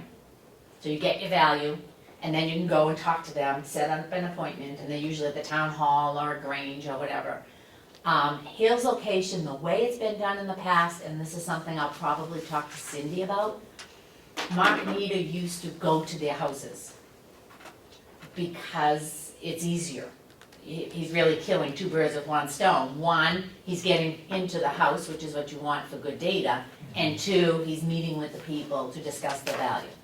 So that's what he used to do in the past, and I used to go with him because I have to attend the hearings. So that's something I'm probably gonna have to talk to Cindy about as to how she's gonna do that this year. But in the past, he used to go to the individual's home. And that happens about August, September, so most people are back here and he can get into the houses, so. So you will be having the hearings, and then what happens is you go to run your MS1 and send out your tax bills once the tax rate is set. The other thing that When is the tax rate set? they have here that they are gonna turn everything over to you by October 16th. Everything will be done. Yeah, So, you do your MS1 at that time, and then as long as, they prepare that or, it comes right out of your program, and Kathy does it and sends it in to us. You guys have to sign it, I Yep. believe, your signatures are needed. And then once the MS1 is in, of course, we have to wait for the county figures to come in the school, and then that all gets in there too. If And then somebody, your tax rate gets set. if somebody filed for an abatement, how does that work with Hill's location? Do the three of us get involved, or how does that work? Yep, keep in mind, you act as like a board of selectmen, really. You are the assessors Exactly. for Hill's location. Oh, and assessors. You are the assessors by Okay. law. You are Okay. the assessors you are contracting somebody to do the work, Yeah. but you are the assessors for Hill's location. Okay, So if somebody receives a bill, yeah, and they file an abatement, of course, the law says you have until March 1st to file the abatement. They file that abatement, that goes to your assessor. He'll review what they wrote, because he put the value on it, so he needs to defend it. Yeah. So he will look at it, so say he didn't get in the house and they say, well, I don't have 3 bedrooms and 3 baths, I only have 2. He'll make an appointment and go, he'll adjust it, he'll make a recommendation to the commissioners and say, you know, there was a data error, we had 3 bedrooms, 3 bathrooms, it's only 2 bedrooms, 2 bathrooms, I suggest this be lowered by $5,000, which will equal such and such for a refund. It comes before the commissioners, you sign it, and then it goes to Kathy to process. And I'm assuming that's how abatements are working right now. It goes to the assessor makes the recommendations, comes to the commissioners, yeah, okay, and then it goes to Kathy to. now, if the homeowner doesn't agree with the assessment, I mean, if he doesn't get satisfaction on the abatement, do they come to us then? Or it hasn't Normally happened? the law says if they're not satisfied, so say he reduced it by 5,000 and I say, I don't think so, I wanted it by 15. Yeah, Then you go forward and you can either file with the Board of Tax and Land Appeals, which is a court for, like they do assessing, okay, or you can go to Superior Court. They can file with one or the other, but not both.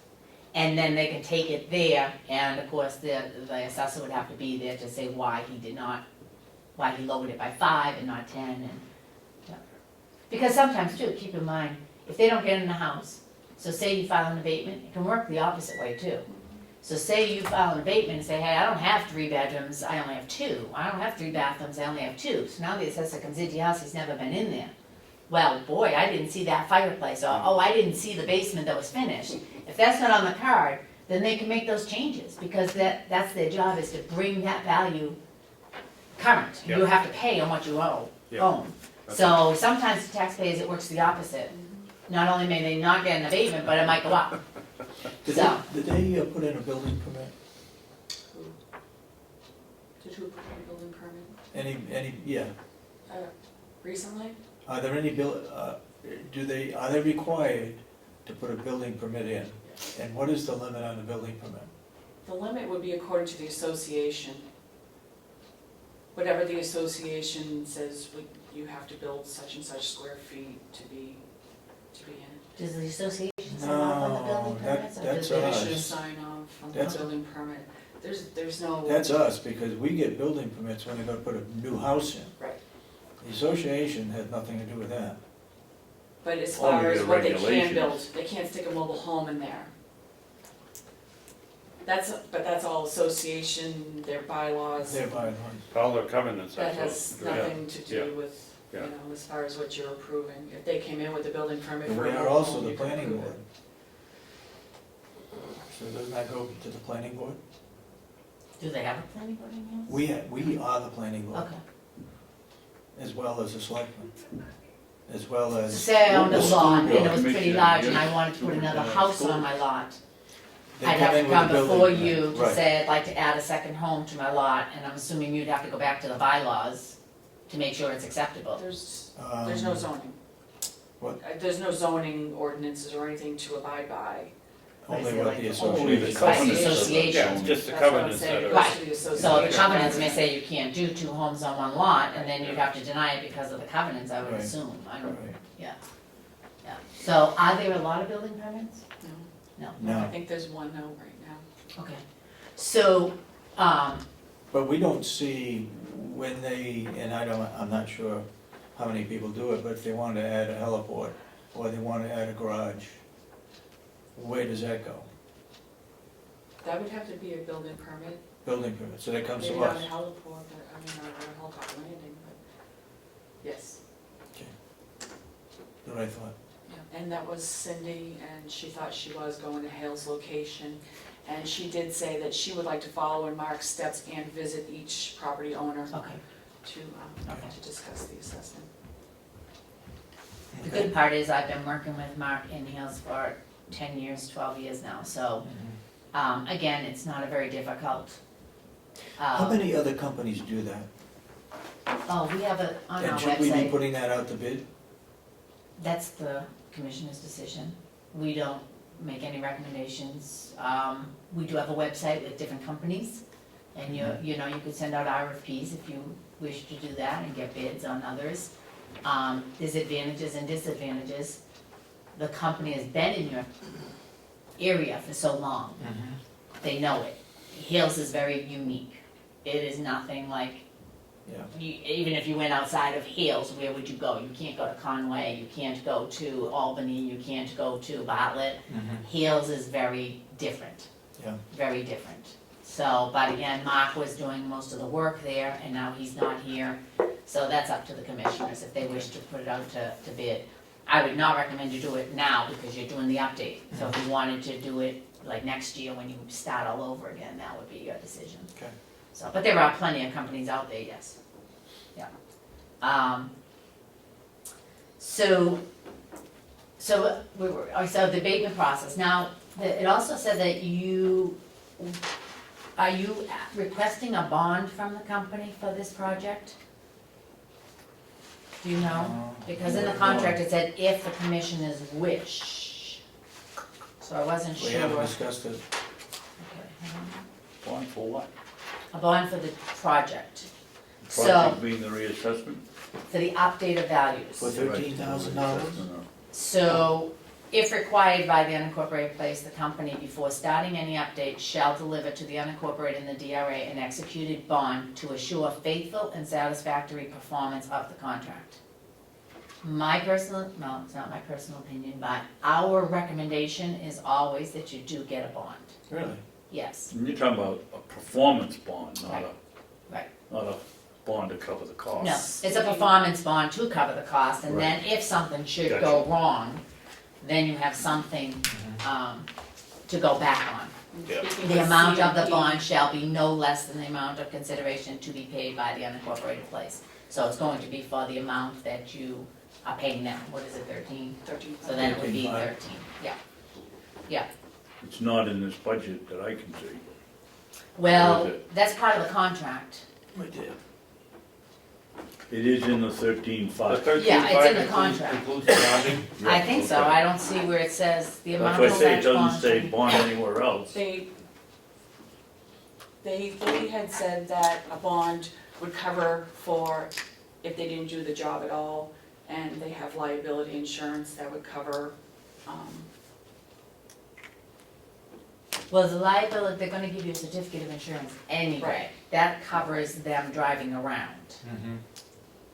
If they back up and hit somebody's wall, that's not your responsibility. They will give you a certificate of insurance. The bond is just, for instance, right now I have a town, tax bills have gone out, the job is finished, and at the very end of it, when they handed everything in to me, we've got major errors.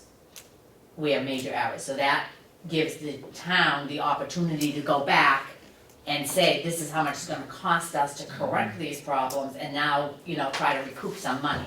If you don't have a bond and you pay it all up, you're not gonna have anything to fall back on. Again, I'm not too concerned about Hale's location because you're so small, I don't know, it's up to you if you decide to do it or not. But we always do make the recommendation to have a bond. But for $13,000 to do the reevaluation, is it worth having a bond? I I'm mean, not sure. this Could talk outfit to, has see, that's done where it for a Cindy number would of be years. helpful. And we know that In the they past, they you've didn't had add a good. bedroom, so, I mean, Would you like me to call her cell and see if we can put her on speakerphone? I just got off the phone with her. well, go ahead. If we get a performance bond and they don't complete the job, that's fine. But what happens if we get a performance bond and now the residents begin to sue us? Does a performance bond just cover what we were supposed to pay them? Well, Or this- is the performance bond gonna cover our legal liability? Well, there's two sides to that. Why would a taxpayer sue you? The law says if you're not satisfied with your value, you take the following steps. It's clearly in the law. And it's either You go go to to the land abatement, or you go You over go to the here. municipality with an abatement. If that's denied or you're not happy, the next step is you go to the Board of Tax and Land Appeals or Superior Court. Right, if you go to Superior Court as a board, if you've got any brains, you're gonna have a lawyer with you. Who covers that? Well, I'm not sure. Let's No, see we what need they to know write in that. here, if they have anything, because normally they will cover the abatement process. But then if it does go to court, then it's like $100 or whatever per hour. But let's just see what they say. Boy, what lawyer have you got? We need that lawyer. Well, I don't know if you would need a $100 an hour. lawyer. We need that But kind not all of towns About need a 250. lawyer because I set the values. I did the analysis. I looked at the sales. Why would I need a lawyer? I put that value on that So you go- property. so These you go are with us. qualified people. Your supervisors are DRA certified to do this job. So you go with us. Not me, but your assessor would. Oh, absolutely, he would be the one defending that value. I don't think you would have to go and defend what he did. I think he would go along with you and he would defend, your assessor would defend, or Cindy would be the one as to how she arrived. She would show the court the sales that occurred. She would show this, how her analysis came up with this value. I don't think you would need an attorney unless like you went higher up to like Supreme or something, but I don't think you would have to worry about that. But I think in here,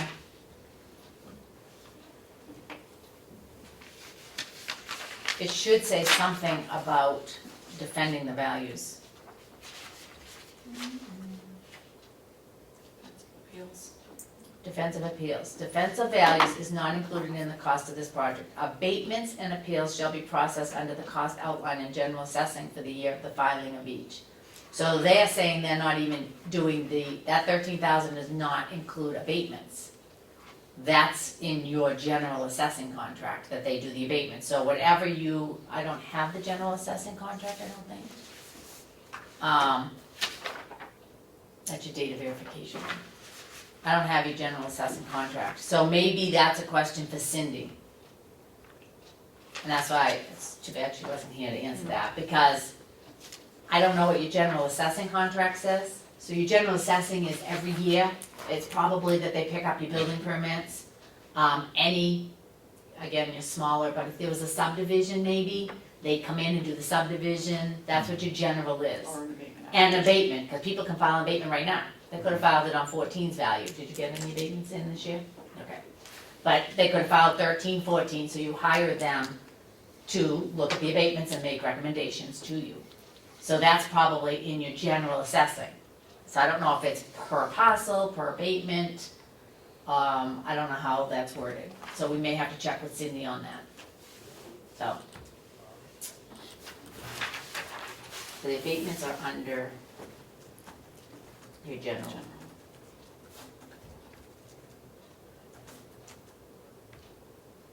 Okay. What firm does Cindy work for?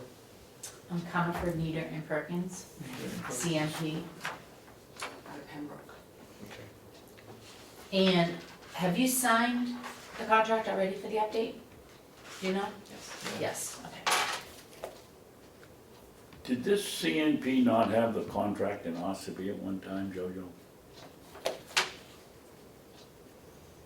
No, No? no, I believe, Ossipee had, One, two, or three back. cross-country appraisal. And then, cross-country Wiley. appraisal, and then they went to Murdo, and now they have, Granite State, Okay, thank you. yeah, yeah.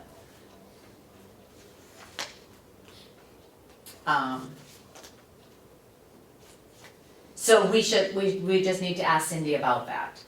How many do you get like a year? Do you, 0 to 1? 0 to 1, so. Yeah. Yeah. Again, you're a unique community because it's not hard to get into a lot of those properties. So again, your date is good.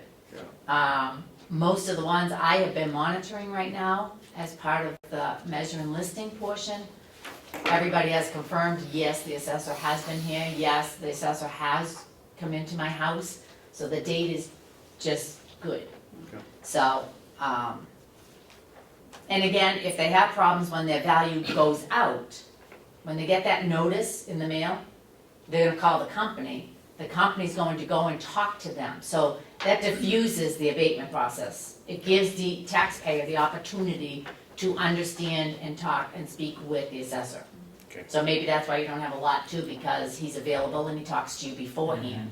So, and if there is an error, it gets corrected at that time and not after the fact. So, so let's see, so then they do the abatements. Then at the end of the whole project in January, which is a little after the fact, but that's what the law says, they give you a book. And it's called the USPAP, Uniform Standards of Professional Practices. And the way I explain this to most of my boards is, you think of it as you purchase a vehicle, and you're driving down the road and a light goes on your dashboard. What do? You go to your manual and you look up, what do I do? What does that mean? So pretty much that's what the USPAP report is for. It's if you were to change companies next year and I come in as your assessor, I would look at that manual to see how did they assess this? What do they call attic finish? What do they call a basement finish? How do they assess a view? Because you have such a variety of views, even though it's a small development.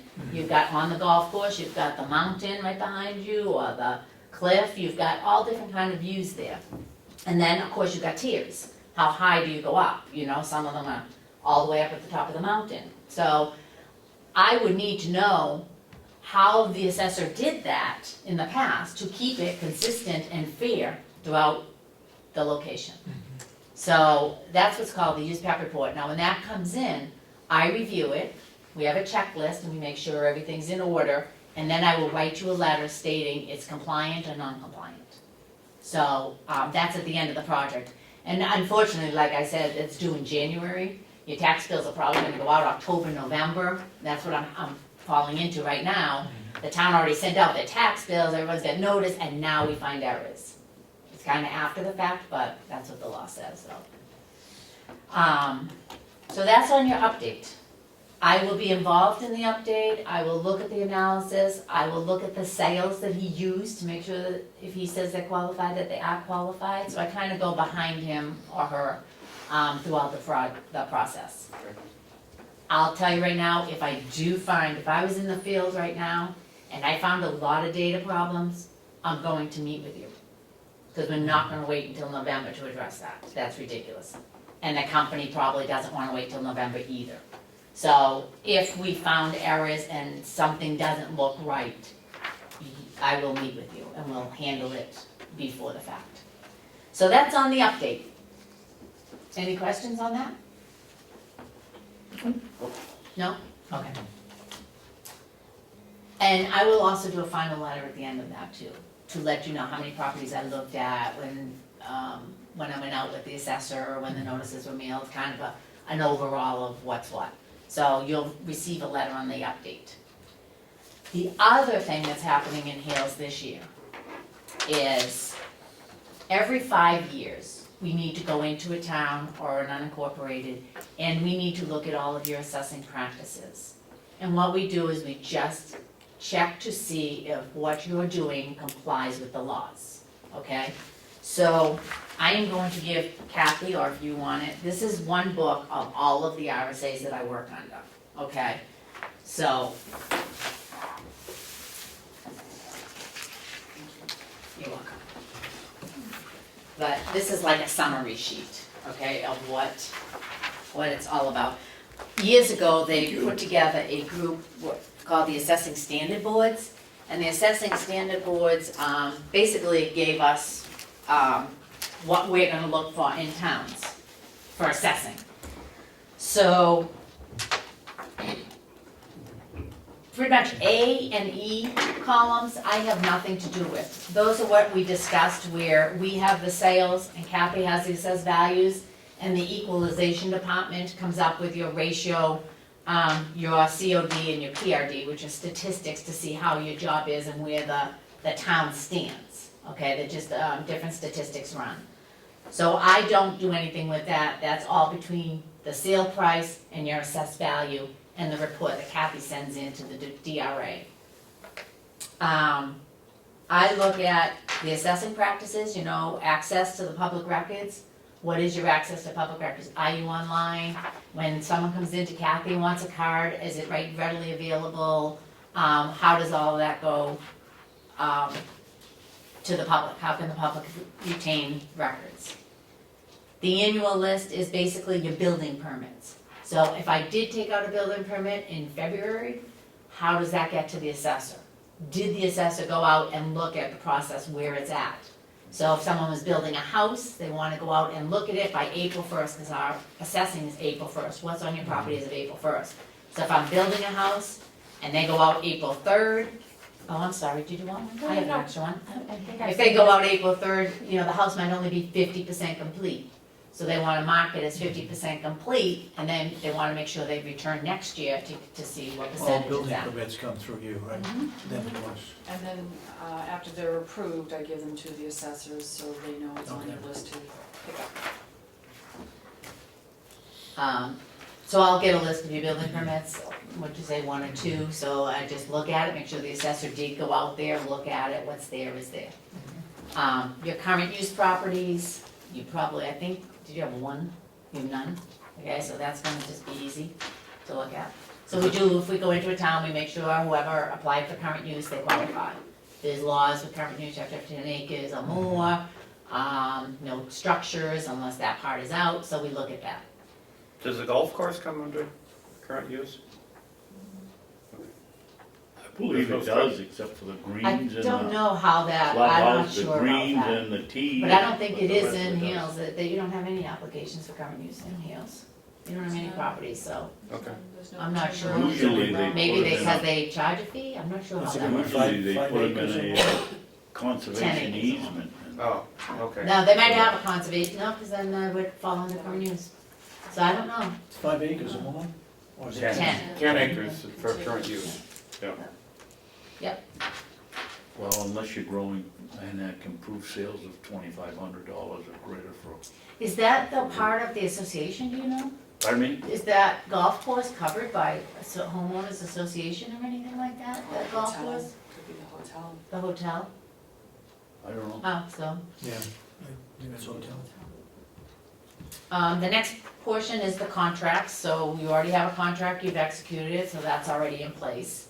Joe, excuse me, going yes. back to current use, also, any land that's, is wetland is automatically enrollable in current use. I don't know whether Less the than 10 assessors, whether you acres. have any up Less there, than but 10 acres for wetland. You no. can- Any wetland that's in current, that is, it can, any amount can go into, Right, you don't have you to don't have have, 10 right, acres. right. You just said you had to have 10 No, acres. less than 10 acres, I said. Yes, you can have less than 10 acres to be in current wetland or farmland. All right, But if you have less than 10 acres for farmland, then you have to produce $2,500. Exactly, of gross income. Yeah, and it has to be a product that you are selling that is not, like if I was growing blueberries, and I came to the board and showed you I was selling blueberries at a farm stand, then then I would still qualify. But if I made blueberry jam, that would not qualify, because now you're not taking your actual product, so, yes. Do we have any landowner that has more than 10 acres?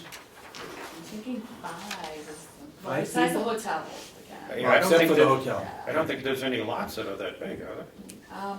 like 5 acres up back there. Yeah, but nobody has 10 acres. I don't think. Do you have a lot of wetland in there? Not that I'm aware of. And I mean, we'll just double check that, we'll run a report, and just see if anybody's in current use. Yeah, your Avatar system, you can run one report, and it will just tell it, so. Exemptions and credits, I look at those, do you have any elderly exemptions in? No. What is it? What is it elderly It's exemption? gonna be a very easy review. You'll find out in about 3 years. What is an elderly exemption? An elderly exemption is, it's a law Yeah. that if you're 65 years or older, and then there are income and asset limits placed on it. The law is $5,000 income and $5,000 asset. However, each municipality can vote to change that. Okay. And of course, they all pretty much have. So you can vote that, say the town of Rye, they probably have the asset limit at like $300,000, and you probably get maybe $250,000 off of your home, because all their homes are in the millions. Now you may take Wolfboro or Tuftonboro, they may have an asset limit of $150,000. And you can't, and you might only get $60,000 off of your home. So there's an asset and an income amount It's that by- you're limited to But it's by town. by town. The Oh, towns okay. get to vote that. If you don't vote it, then I think the law is $5,000. Okay. And it's off the Yeah. assessed value. That's off, That's that comes off your assessed right. value. So if your house is assessed at 100 and the town had voted in 50, you would get a tax bill on 50,000 times the tax rate. Well, I gotta go see Cindy in my town, see if I'm qualified. You must be from Wakefield. Yes. She'll tell you whether you're doing not, Cindy knows. And then, of course, the veterans, there's, the law will state certain dates that you had to have served, it must be at least 90 days, and it has to be a qualifying wartime, and, so we just make sure, do you have veterans in Yes. receiving them? Okay. Great. Then there's the veterans total disability, there's a blind, there's a disabled, there's a deaf.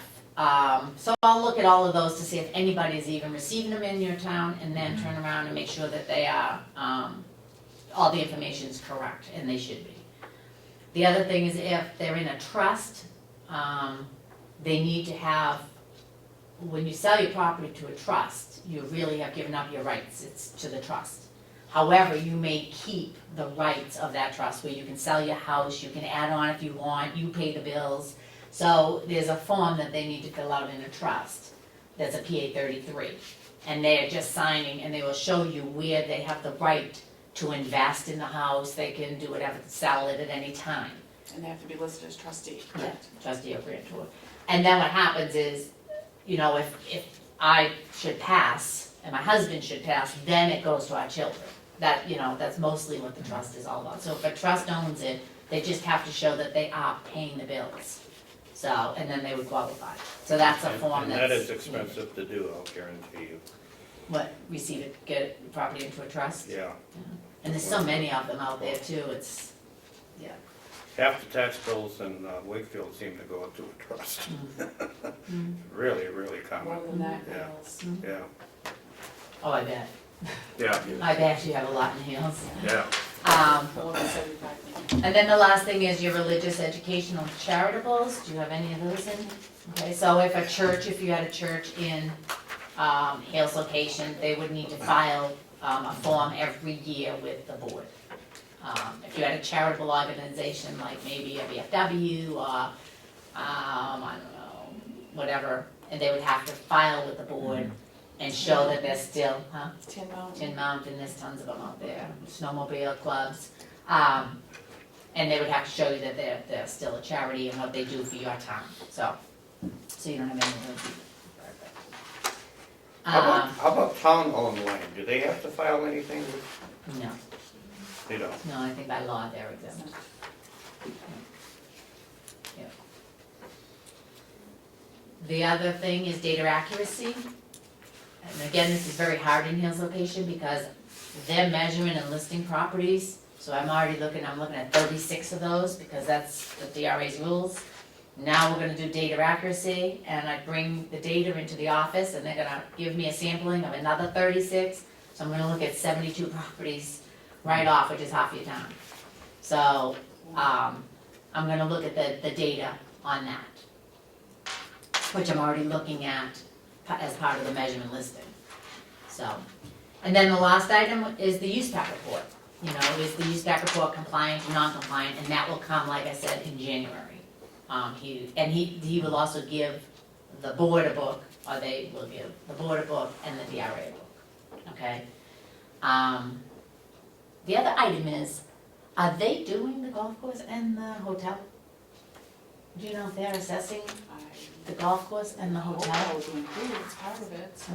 Well, I just wanna make sure they have somebody that's qualified to do that, so I didn't know, it does say all tax exempt, and non-tax. They're going to assess all taxable, tax exempt, and non-taxable. So I would assume that would be. Include the hotel. Jojo, how does the state ensure uniformity on the view tax? That's so subjective. Yeah. How in the world do you guys get confidence that this is equitable and fair throughout the state?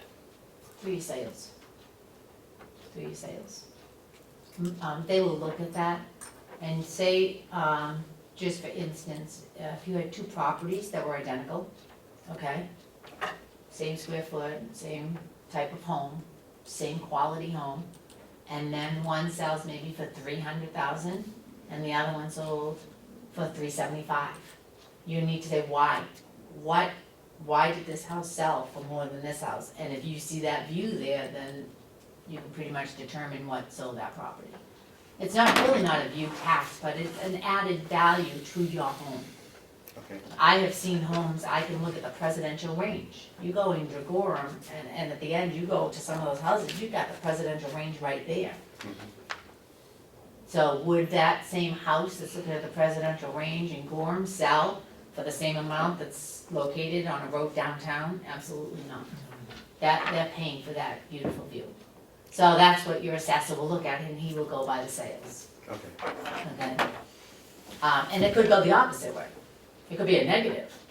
Yeah. Because you may be looking out of your house, you come out to the deck and there's a dump right there. Yeah. Or you have a, like a car repair shop and you've got, stuff all around and oil and all that stuff. So it could go negative just as easily as it could go positive. Depends on what your view is. In Because- Albany, we have the mobile home park, which has a negative value on their mobile homes. Oh, okay. So again, that would come in sales. Why is this mobile home selling for less than the mobile home maybe in another mobile home park? It's gotta be something there, whether it's just no amenities, what is it that's adding that value or decreasing that value? Okay. And that's what your assessor will do. Yep. So you have the golf course, the hotel, and then utilities. Do you use DRA values? Yes. You do? Okay, you're going to use DRA utility values this year? Too? I would imagine. Okay, There's no reason to change. okay, because it did say in here, you can either hire someone to do utilities or use our values. They're not doing the utilities. So, you all good with that? We're not responsible for utilities. They are taxed, Yeah, Oh. that's part of the valuation. New Hampshire co-op. Is that like just an initial electric co-op? Yeah. But DRA has a utility appraiser and we set up values for all of the towns. Mhm. Some towns will use our values and then others may get a private individual and contract with them to do it. So, Is everybody there, are they on private water and sewer? They're on the association water and sewer, yes. Yeah. No, Yeah, they- And the utility lines are buried, so there's no poll tax. That's right. Okay. Oh, so you have no poles or conduits and, What about when they have junction boxes, are they taxable? I'm not sure. I'm not the utility. I don't know.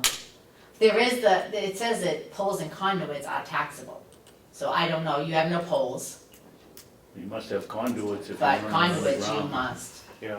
And, whoever comes in, are you doing it now, do you know, poles and conduits?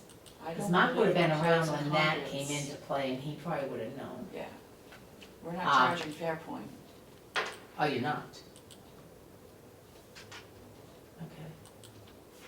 So that's But I gonna be have a- something, because poles and conduits basically is taxable. Right. So they're doing all taxable properties. They clearly said they're not doing utilities, that's either DRA or you hire your own. So I will check with the poles and conduits, portion of that, because the company should do that if they're taxable, so. All right, so that's what we're gonna be doing. You got the update happening, and then I'll be in looking at your review. Just for Kathy, I don't come into a town, well, I know you're only open on Fridays anyway, so. You know what I mean? But if I'm going to be in town working like I have been, I will always contact Kathy just to let her know that I'm in town working. I do have a state vehicle, I had to have a badge. We did send out postcards to the individuals letting them know we're coming. Sometimes people like to be home when we're there, sometimes they don't want us on their property, I'm not there all winter, stay away. Okay. So we respect that, so they know we're coming, like I said, we do have a state vehicle and a state badge. All my findings get reported, say I found a house that was off 2 feet or 5 feet. I write it up, it goes to the company. The company has 30 days, because they may go back out there and tell me, maybe I had the wrong house, I'm not sure. But they have the opportunity to come back to me before we send it to the town. Okay, so that they've looked at it, we looked at it, what you are getting is what is out there. So we try not to take up a lot of your time, so when it comes back to you, it's all already gone to the company. And so do you have any questions on the assessment review portion? We do this once every 5 years. I'm not anticipating a lot, like you said, if anything, you might have one property in current use, you have no exemptions, the contract's already in, so we've already covered some of them. The time consuming is probably gonna be the data accuracy portion going out and I will follow, I'll probably do that in the summertime too, when people are home, more people are home, so. So what percentage of the homes do you check out, like, you do 20%, 30%? We don't do percentages, they Yeah. just will do about 36, which is kinda, I know, It sounds like odd, yeah. because you could take Hale's location, I also have Hart's location, and I Yeah. also have the town of Ellsworth. Ellsworth only has 90 properties. I do 36 here, and then I do 36 here. I've looked at 72, so I've looked at 3/4 of the town. Yeah. I mean, people over 5, this is the 3rd cycle we're into, so people get to know me, because I've been there. You can only do so many houses in 90 properties. Yeah, But it's just by 36 properties, the computer randomly picks them. But then you take like the city of Manchester, and it's 36 properties for assessment review. really? Because the statistics have shown that if there's errors, and believe it or not, if they're out there, that you find them. It's amazing, it's amazing, yeah. Yeah, I just did a town that has over 1,500 properties, and I find them, you just find them. They're just, I don't know, if there's errors there, you will find it. So it's the same number per town typically? Yep, we look at about 36 properties for assessment review. Yeah, Monitoring, a lot of towns do cyclical work, they'll do a quarter of the town every Exactly. year. Yep, yep. Like, I think Wakefield does that's that. what we do, yeah. So, we go in, we look at 12 and 12 and 12 every year. Oh, okay, that's how you did it, okay. Yeah, we Yeah. look at 12 every year. Hales has a contract to do the entire town in 1 year, so I'm looking at 36 of those. In 1 year? Yeah. Okay. So that's what I'm working on Yeah. now. But again, if you'll find errors. Okay. It's amazing. Yep. Is it usually additions that haven't been recorded? Is that- No, you could get, people can get sloppy and lazy. Yeah. So, like I said, your contract says they are going to measure and list. measure means pull a tape. Yeah. So, maybe I'm driving around thinking, what, I was just at that house last year. Oh my God, measure it again. Yep, good. Yep, good. Yeah. And then I come along and then I pull the tape and say, wait a minute, this is 3 feet off. Wait a minute, this house is 2 or 3 feet off. What's going on here? Either something's wrong with one of our measuring tapes or you're not getting out and actually measuring. So does that happen? Absolutely. And that's what we do. You're paying them to do this. Yep. If things are wrong or incorrect, something's not right. Either they're not getting out of their car and measuring a tape. And sometimes it could even be, I've run into situations where they're hiring a person. And DRA has certain levels that you can do work in. So we have like a measuring lister. That measuring lister can go out and measure and gather data. That's it. You need so many years and so much education. Then you go up to the next level, which will be like an assessor assistant. Then you go up to the next level. So that's why a supervisor is the one who does the analysis and reviews the sales, because he has the education and the knowledge to do that. And it's not the footprint that they measure, right? It's the exterior that they measure. Not the footprint, Well, what do you mean It's- footprint? the foundation. No, because No, sometimes the it's- foundation will it's be the less building that than the sticks house. out. Yeah. Yeah, you're measuring the living area. Yep. Yeah. So, Because I did that, and when the assessors came around, your figures are wrong. Oh. Oh, I'm measuring the foundation, and they're measuring the building. a 2-foot overhang. Yeah. Gotcha. Yeah. What was I gonna say? Oh, so anyway, I was measuring and I kept seeing it, and then it came down to, I went to the initials of who was reviewing it, because you have a history of who's out there, what they're doing out there, and the day they were there. And I went to the company and said, something's off here, every property I'm looking at is 2 or 3 feet.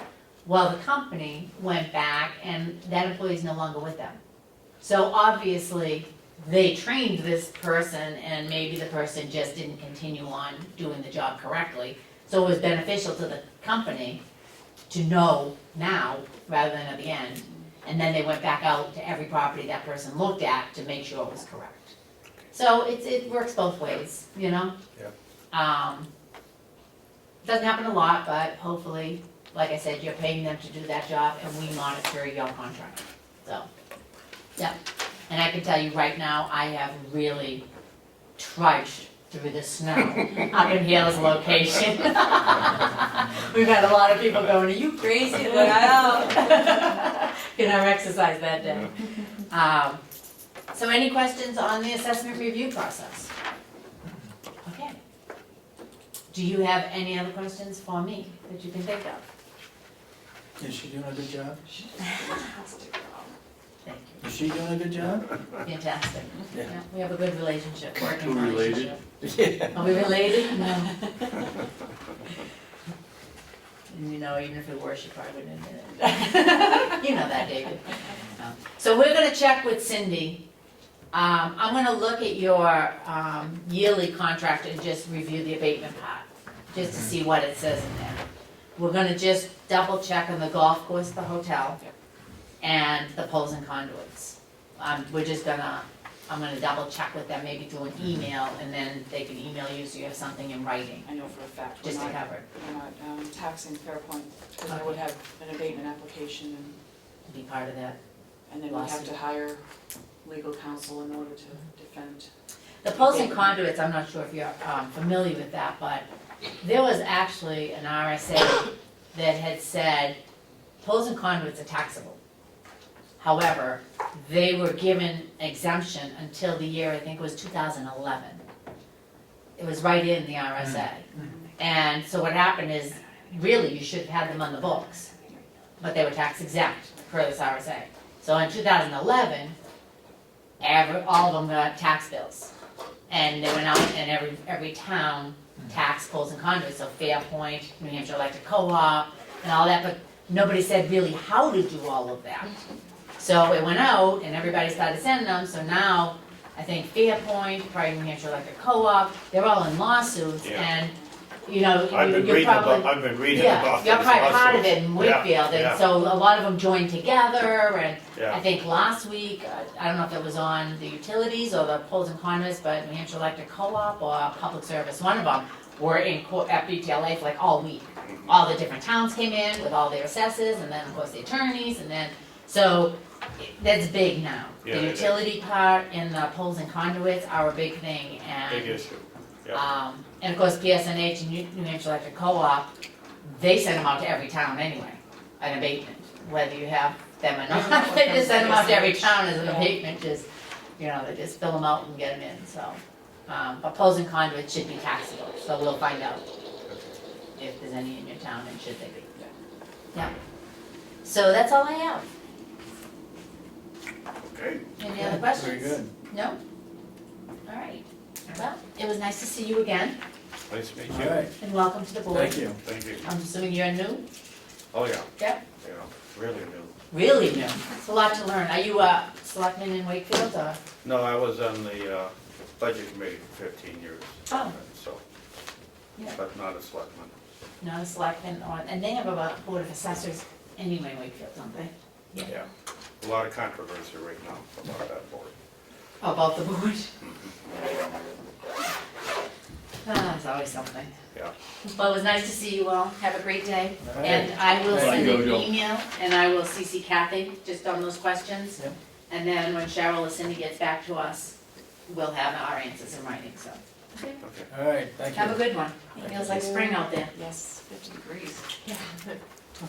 See you later. All right, Budget let's talk about the budget. going down. Um, 3 students move out. You weren't at the meeting, but they want to continue to send the students to Kennett, the grandfather of those students. But we need to get to the supervisory union before the 30th of June to cancel the contract, which means it's, I forget what the date was, it's 3 years or 5 years? 3 years. We have to For the notify them. SAU 9. Yeah, we have to Get out of it. notify them a certain number of years before, so, and that comes up on the 30th of June.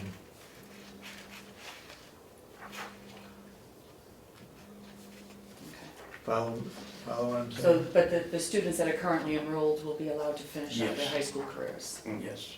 And, well, what about Shaney's kids? I thought they said everybody, didn't they? Well, I got a question with that, because what happens, we give them the 3 year notice, and the 3 students, I forget, they said there was 1 student at Kennett or 2? I think there's, One there's student? 1 student and there's 3 in junior high right now, I think is what. So during that 3 year period in junior high school, those 3 students are gonna move into the high school. Mhm. Are we still gonna grandfather those 3 who we've said during the 3 year, that we have to wait during the 3 year period, have now come aboard at the high school? They're gonna be exempt?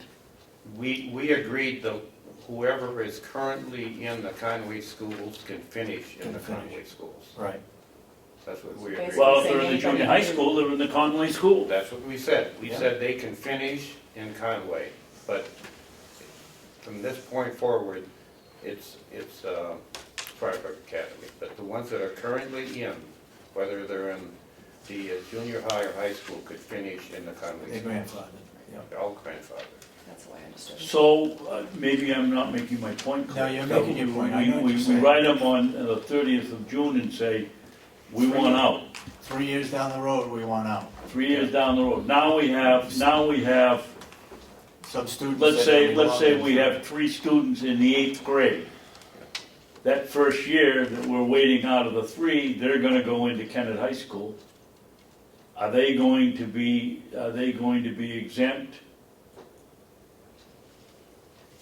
We gotta, that's a touchy thing to do with the contract.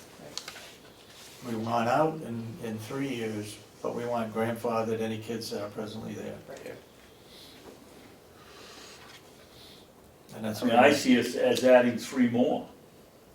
If they can, in that 3 year period that we've gotta give them notice, I would think that we do something like, if you're in the high school, you can finish your high school years. I didn't realize we were gonna go No. back to, seventh grade and allow them to stay in for the next 8 years.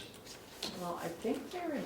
The three we were talking about were in 8th grade or 9th grade, I think.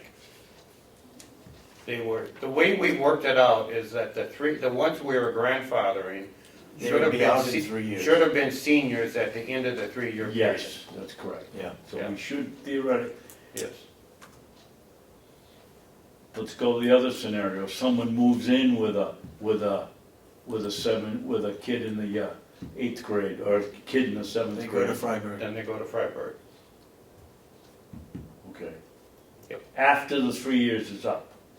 No, No. We can't get out of the contract for 3 years. That's why we're Yes, notifying them. no, yes, you can, because it says in the contract, or you can send them to a private school. Yeah. We can do that right now. yeah, The contract says they either go to Conway or to a private school. We can do that right now. So anybody that moves Okay, in. but then, can we take public tax dollars and send it to a private school? No, we can't. But I thought, isn't that the discussion we had? Because some towns, isn't it? Chatham can, but when we call up, they say, no, you can't because it's a private school. But But we said, but Chatham goes. Representative McCarthy said he was gonna work on that and see if they couldn't get that resolved for him. That's, yes, you're right, that, he did say that. He So did let's say he was put that gonna, down and it's something to ask him on yeah, Friday. he said he was gonna go and check and see how come we couldn't do it and other people could, or other communities could. Okay, that's good. Let's make sure we get that down straight in the minutes so when we come back to. so are you saying that if a family moves in, that's got a kid in the 6th grade, Mhm. we can't send them to Freiburg Academy? No, we can. Not if it's considered a private, a public school. It's a private public school. Yes. Okay, so we Private, send them, public. but we're taking public tax dollars to pay for it. That's what you can't do, I believe. But I Chatham is think, doing it. but I think it's listed Chatham is as, doing it. it's listed as a private school. So I But think, our Board of Education and our conversations in the letter they sent here again say it's a public school. Because Freiburg residents go there. Yeah, But it's screw it. well, okay, I have gotten a letter from the president of the association, and I said we would take it upon ourselves to make sure that this gets done by the 30th of June, that we get out and that we continue with the students that are presently there. So this budget reflects those students that are currently there. Yes. And how many are there? 3. 3 for 89? And you don't happen to know what their ages are, do you, Kathy? I think the Cheney kids are 8th grade, and then the other 9th or 10th, so that he is attending. 2 and 8 and 1 and 10? 9th or 10th, Okay. and the Cheney kids are half-year-ish. Yeah, They charge per day. because they go to Florida, right? Yes. if we don't get an answer from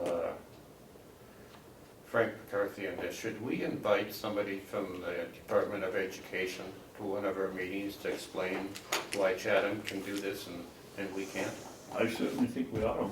I think we should have a face-to-face with them and find out why they make an exception for one town and not another. And we have in the file, right, Dave, a letter that says it's considered a public school, I mean, a private school in Maine and a Yeah. public school in New Hampshire.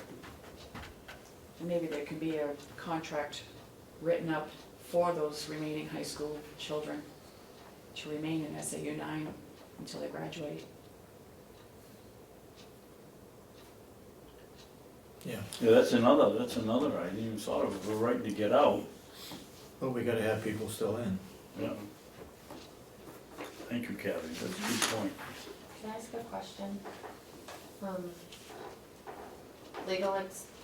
Hales location has a line item for legal expenses.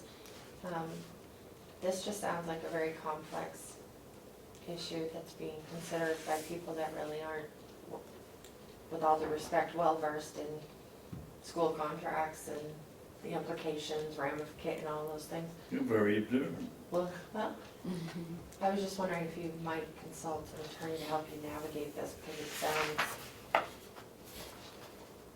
you have a lot of I questions. guess we should. Or you could, I know there's an expense to it, or you could try on your own to have the Board of Education come and, Well, I think that's the first step and the cheapest Various step, is agencies. tell us why. Mhm. And then if we have to hire a lawyer, I don't think $5,000 will cover much more than the initial visit. No, that'd be the mileage to get here. Yeah. I just hate to see you get the wrong information, because you're relying on Representative McCarthy, this State Department, that school, these people, and Yeah.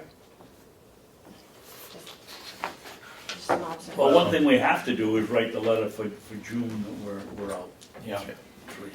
I think the SAU would, their attorney would draft up something to give to us as to keeping the current students in. And then we can give it to Then we give it to our somebody. county Okay. attorney and they can take a look at it. Okay, Well, do we need a motion to Yes. vote to get out of whatever SAU it is that SAU running up there, 9? 9. Go ahead. I'll make a motion that we, that Hales location students be, or that we notify SAU 9 that Hales location students beginning 3 years from now, 2018, will begin attending school in Freiburg. I think all we need is to cancel the contract with SAU 9 Okay, then I'll according make a to the motion that contract we'll- 3 years from now. I'll make a motion that we cancel the education contract with SAU 9 For Hill's location. from Hales location students. Second that motion.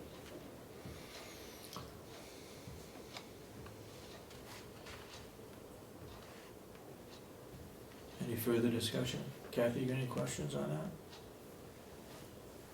that? All those in support of the motion say aye. Aye. Aye, and I so voted. Now we need to, I guess, work with an attorney to get the current students through their high school grade, right? David, wouldn't the first step be for us, or for, yeah, I guess it would be us, you as superintendent of schools? And you, the school board, you too. Yeah, I'm the school board. I To take my write, corrections from to you write guys. to write to SAU 9 and ask them what they want us to do, or will they give us permission to grandfather in the current students? And then if they say no, then we have to get into a fight, but let's avoid a fight to begin with. Just ask them if they would agree to take the students that are there.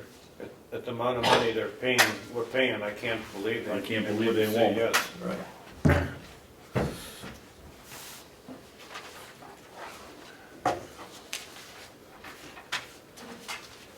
See, Kathy, when I look at this budget, I see the expense and revenue side of it, but We'll go down through it line by line. before I get to that though, Okay.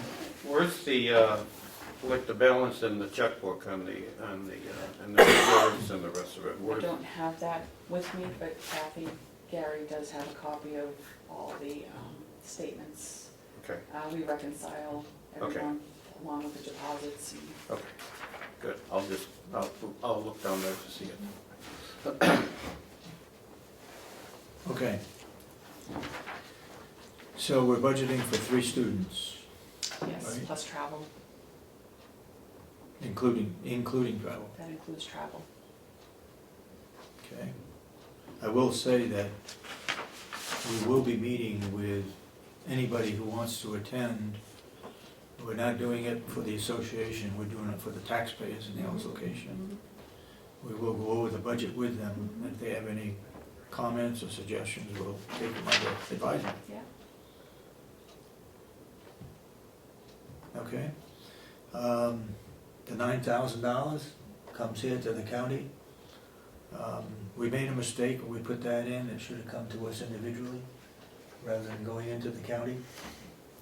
What line are you on, David? Business administration. 9,000, see the $9,000 column? Yeah. Yeah. That comes into the county, that's 3,000. Oh, that's our That's the our fee they pay administrative us for. cost, right. Yeah, okay. We did it for a couple of reasons. One, yeah, we do something like this. We do hire the clerk, we meet with them. But the other reason was to try to get them to form their own town so we Yeah. could get out of this. Yeah. But it hasn't happened. Administrative salary stays the same. Audits, as you can see there, we paid Bulio apparently $1,800. Okay. Conferences, what kind of conferences do you go to? We don't Tax have anything collector. spent. Tax collector conference, Okay. But we didn't spend any money in 2014? Albany was generous, Oh, they took care of you, yes. okay.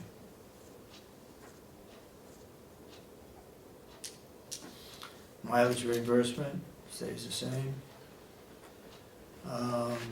Internet and telephone, you jumped at $100. The taxes and surcharge keep to be increasing Yeah. dramatically.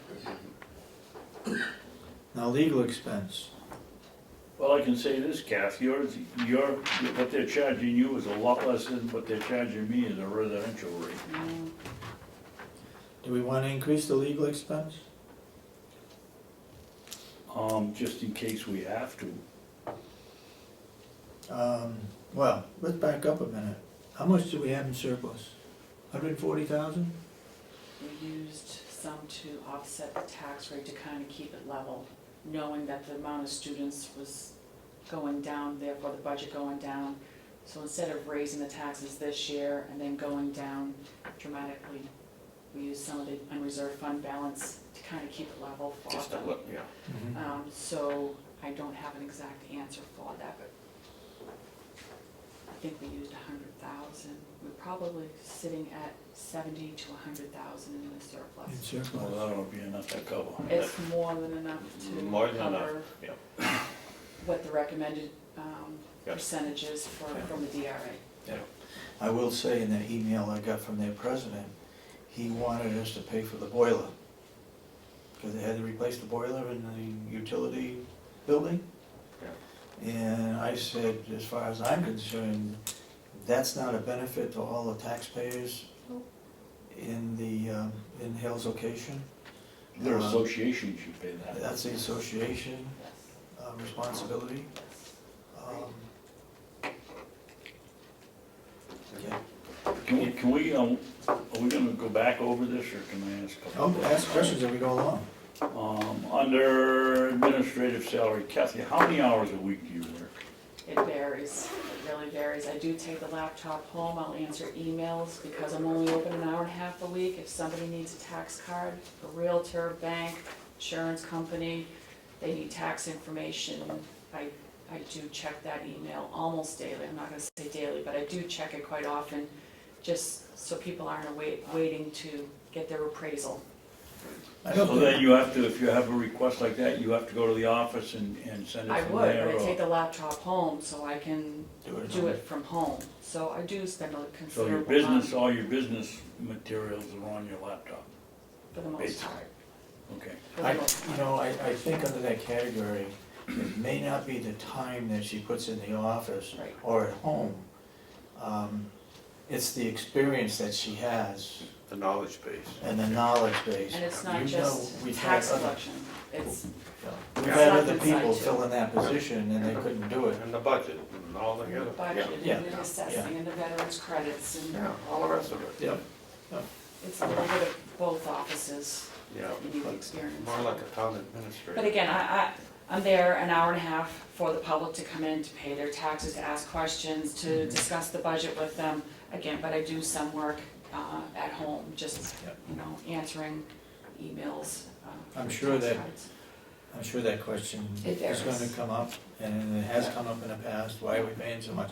Well, if you have to go find a person to fill that position, it's not the easiest thing to find somebody that's got the experience that she has. Absolutely. Have you had any 91A requests? No. Thank you. That's all I want to know, thank you. Okay. What's that 200 for insurance? What kind of insurance is that? Oh, the equipment in the office, Okay. the file cabinets, the desk.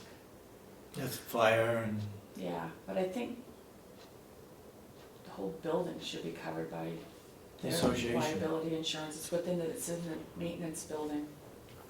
but that came up too from the association as to, we should be paying a portion of that. I don't understand why, because one way or another, the residents of Hales location are paying those bills. Mhm. Either through their taxes or through their association fees. Yeah, They've taken care of their liability insurance, I'm sure, and the building insurance. Mhm. Again, if we put a line item in here for that, it's just going into their budget one way or another, they're paying, so which pocket does it come out of? I see what you're saying. Yeah. Yeah. I wanna go back to you, you had some other questions? No, about- that was fine, Dave. All right, we're down to insurance? Yeah. NAP updates? Do any? That's the tax map updates, there's not too much to update other than the new owners coming in. Do we They're need not $750? You know, I don't know that, I know in Albany, I spent 1,000 one year, but I had a subdivision, Yep. and something else, so it is a different company too, that Albany goes through, but I would leave it at $750, just in case. I mean, we can lower it because we're not gonna go over the bottom line, obviously. Right, okay. Office supplies and equipment, we jumped at 500. That went over. What did you spend, Kath, why were you over 100% last year? I got a bill from Porter Office Machines because we have a contract with them. So we pay for the usage per, copies per, month. And I was reporting to them what I was getting off the machine, and she said that couldn't be right.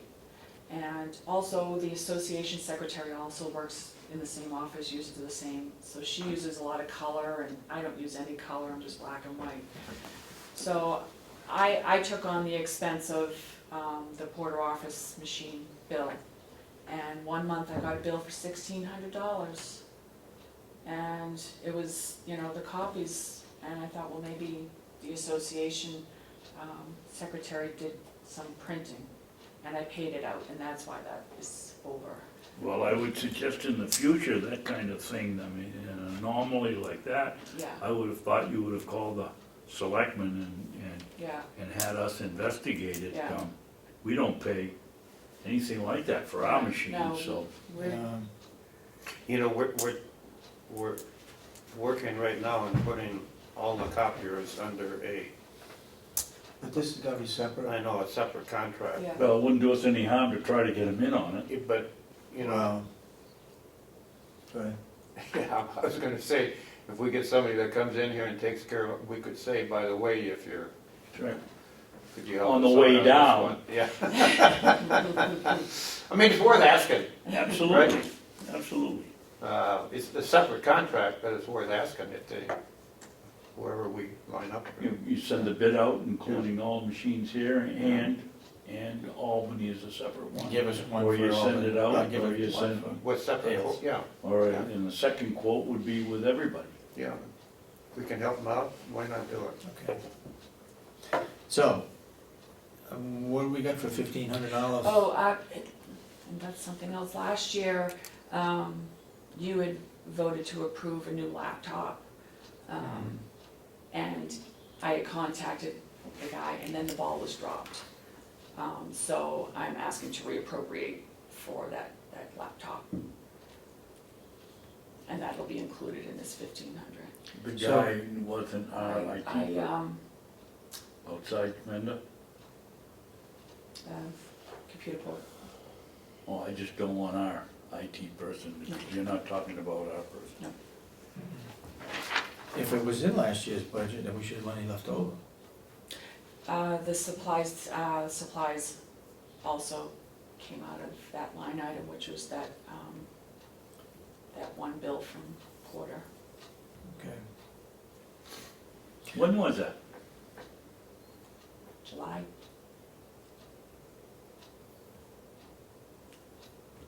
Do you have any breakdown up there of how many copies you use on an average a month? Without doing a whole bunch of research? You have a meter on a copy though, right? Yes, yes, but it doesn't, I don't save the reports. I go online, I report it to Porter on their website. They send the bill, pay it out. Your bill tells you, if it's like the bills we get, tells us how many copies you use. If it's gotta be the same bill, Possible it's on there, puts right down there how many from possible. what the reading was at the beginning of the month, the reading at the end of the month. It's possible that's on there, yeah. Can you take a look and see what kind of information you can give us? Because, I mean, it just doesn't make any sense that you've been averaging less than $100 a month, and all of a sudden you get one How for can we- $1,600 for 1 I just thought month. that the association secretary, They use the same office, and how can we control it? We shouldn't be paying copying for the association. well, again, it's, you know, which pocket you're gonna take it out Yeah, of. it's just, they're gonna pay for it one way or another, right? True. But there certainly should be some explanation Oh, why we absolutely. went from 100 one month to 1,600. I totally agree, but whether the association pays for the copy through this budget or pays for the copies Through theirs. through theirs, the association's still paying for the copies. And we only have, only one resident in Hale's location that's not in the association, right? The, o- That one had You changed know there's a couple. hands, I think. Okay. So it's really Probably the three. same Sales. thing, when we There's a talk few about the sales there. taxes, it's the same thing. Oh, there's what? There was a few sales with those property owners, so that might have changed. Well, my point is, Kathy, if it's only one or two, basically, it's the association's pocket or. How do we know whether the association secretary is doing stuff privately on our copier? No idea, We wouldn't know that. wouldn't know that. Well, certainly somebody ought to explain why that bill went up that much. And I'd like the information, and I'll look into it if you'll give me the information. I can look it up. All right, let's go on to postage. We overspent postage too. That was because I ordered the addressed envelopes with the stamped envelopes, so it has Yeah, the imprint of the return address already on it. And okay. I ordered windowed and regular envelopes. Why wouldn't that be under office supplies? Well, it's stamped. Yeah, it's stamped, you can buy them from I the, actually Oh, bought them from the, yes, they're not just printed, they're stamped. yeah, pre-stamped envelopes from the, very convenient. yeah. So we're gonna do it again? I'm not gonna have the need for all that this year. And what did we mail out? Tax Tax. bills, We're you know, gonna continue to mail out tax bills. Hmm? We're gonna continue to mail out tax bills. correct, but only But you got enough? 125, I get a box of 500. Oh, okay. So if I have the need, I would probably order another box of windowed. The regular envelopes, I'm obviously not gonna need another box this year. Okay. And they're forever stamps, so we're not gonna have to worry about additional postage on Okay, those. software licenses and updates. That's the Avatar assessing and tax collection software updates, QuickBooks updates. And QuickBooks and Avatar? QuickBooks Avatar and ADG, Antivirus. I'm coming Antivirus. off a town meeting, so Yeah. you'll have to forgive me. Antivirus. That's right, last night. Oh, yeah. Good fun. Okay, revalue of property, we know it's gonna be 13.5. Ambulance services, current contract. Fire and rescue is up 3,000. Is that, I don't remember the contract, is that written in the Assessed contract? value, I'm not sure exactly Oh, what. it's based on assessed value, Assessed value. okay. Do we ever go out or can't we? I mean, those are two high-ticket items. We just always contract with the same, we don't ever look around because of the proximity and they're so close. I think it was discussed about the ambulance and possibly combining it.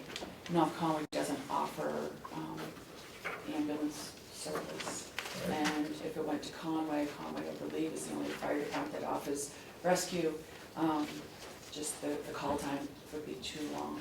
Okay. Yeah, I Okay. did discuss that with Conway fire chief. so we're actually going to be going to the delegation for $242,015. Correct. And the revenue below is all estimate. Yeah, And I try to be a little bit conservative, so if it comes in above, that's good for the taxpayers. It'll lower the rate a little bit more. Yeah, $100,000 less than last year's, and it's all in one line item, it's all education. yeah, Who's the- yeah. All education.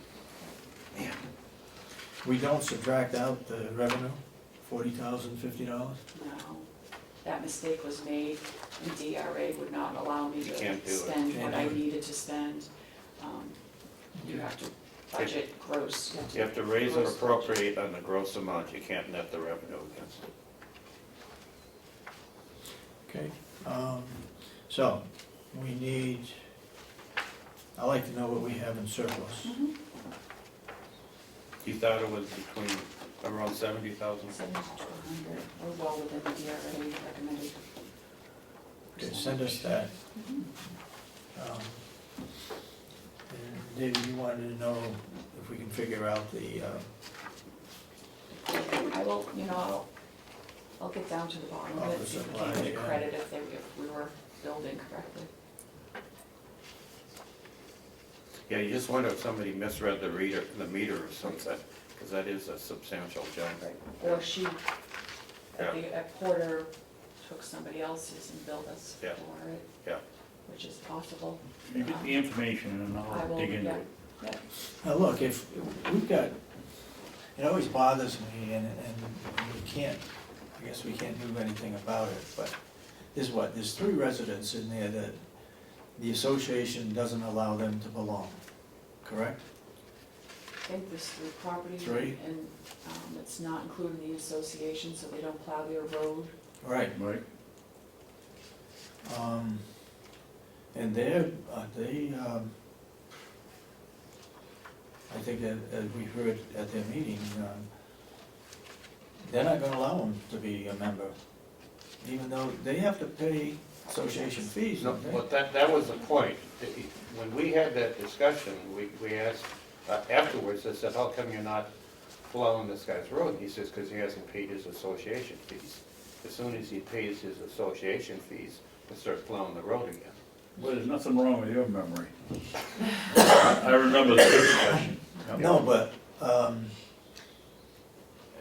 they're not a member, so they don't have a vote, so they're gonna pay the association fees just to have their road plowed.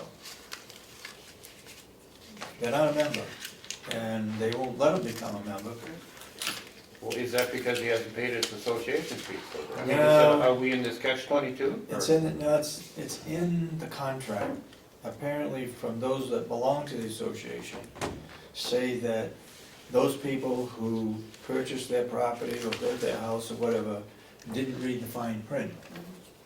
Oh, And the only way that the previous board agreed to pave the roads out of our money, because the association is responsible for it, we said all roads are gonna be taken care of, even those that are not members of the association, because they pay taxes. okay, Um, yeah.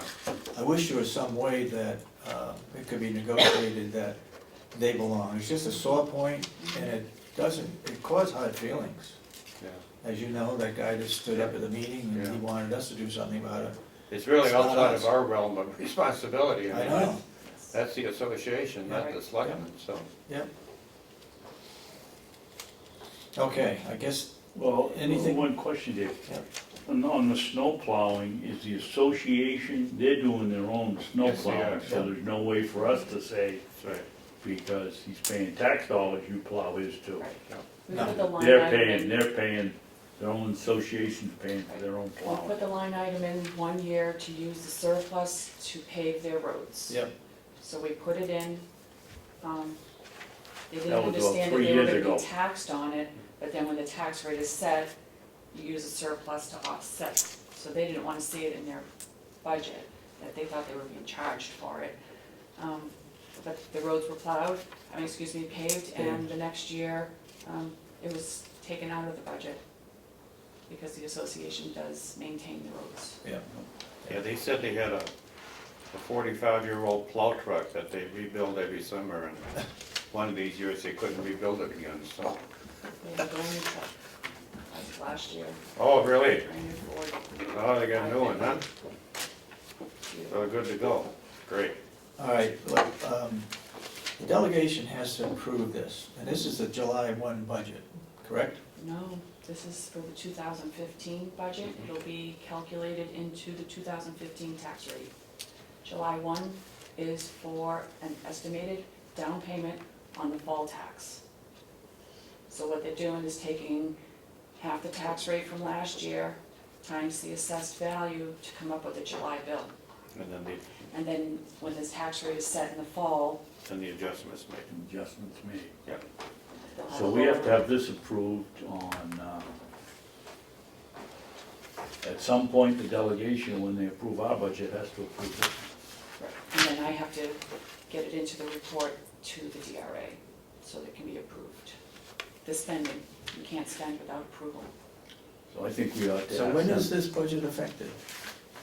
January, April 1? this past January. January Past first. You January. can, you can continue to expend normal expenditures, but say if you put Yeah. the highway line item in there, you couldn't expend until it was approved. Yeah. Because it's not a normal expenditure. Okay. Because I always thought that our budget had to get into the delegation, get approved, but this one was delayed, was later, but it's not the case. Well, like in Wakefield, we voted yesterday on the budget. We've been running for 3 months without a budget. Right. Kind of Same like thing what in we're all. doing here, Yep. same You can thing. continue paying your employees and Yep. your Yeah. copy fees, and All right, so you the can't go buy a next, plow truck. Mhm. So we have to make sure that Chairman Umberger puts this on the agenda someplace to approve it in the next probably the next meeting, next Friday. Because Friday. this is such a This different Friday? entity, the DRA requests a signed copy of the minutes approving the budget, in addition to me reporting. Now, what, Say that again, Kathy. That The if DRA we write and give them a copy of the minutes that said it, the I- delegation approved it, then we don't have to rush this thing. And then she's gonna come back to me and say, I want a signed copy of the minutes Okay. approving the budget. Again, a unique entity, so different rules, but explain to me why the delegation gets involved. We're the selectmen. yeah. Why does the delegation get involved with this budget? They're the Yeah. people, I don't Our understand that. town they're meeting, the people. Huh? they are town meeting. Mhm. You're the selectmen recommending the budget to the Mhm. town meeting. They're the legislative body. Mhm. Got it. Okay. Yep. Thank you for that Checks and connection. balances. And if they're the legislative body, why isn't there just one, I don't know how many representatives they have, why aren't there only 2 in that legislative body rather than 15? Wakefield has nothing to do with Hales location. Ossipee has nothing to do with Wakefield, it should be the 2. If they are truly if they're truly it's the 3 people, legislative right? body, it would be the 3 people who It's have 3 to people. represent them. Yeah. It's a unique place, just like none of you live in Hill's Vacation. But you're still the selectmen. Yeah. all right, look. Yeah, but we're elected by everybody. I know, it's just funny how it works. All right, how are we going to talk this over with the people in Hill's location? Have a meeting. When do you wanna have the meeting? Well, we're now down to having it within 2 weeks, aren't we? If you're gonna have the The delegation. last time is the meeting- 27th. The last time the delegation is gonna meet will be the 27th, even though the meeting this Friday. and they will act upon the budget. Do you know for a fact they're gonna meet the 27th? She held out the 27th as the last date to finalize it, whether they meet in Concord and just sign it, or what. Well, then we better get a meeting posted up in a location pretty quick. I know. When do you wanna do it? Any night but Tuesday or tomorrow night. Can't do it tomorrow night, that's too early to get a notice out. 24 hours, but we can't do it, everybody's got town meeting. Are you saying next Tuesday, Next the Tuesday, 17th? no, next Tuesday, I can't do it Tuesday night, because I Tuesday. get zoning board and co-op. The 18th, Wednesday night, or Monday, 16th? You're not I won't be here. gonna be here. What are the dates you're gone, Dan? I'm leaving Don't, Shortly. like, We're not- I'm leaving shortly don't- and I'm don't. coming back Don't shortly. tell us, don't tell us. Thank you, David. Thank you. So we can either do it the 18th or the 19th, That's a Wednesday or Thursday? Wednesday or I Thursday. can do either one. Yes, Yes, either I can one? do either one.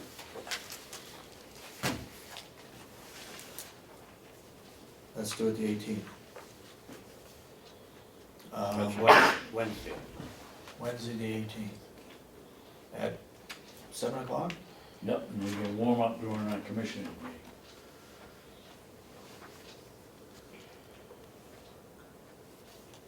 Yep, 7 o'clock.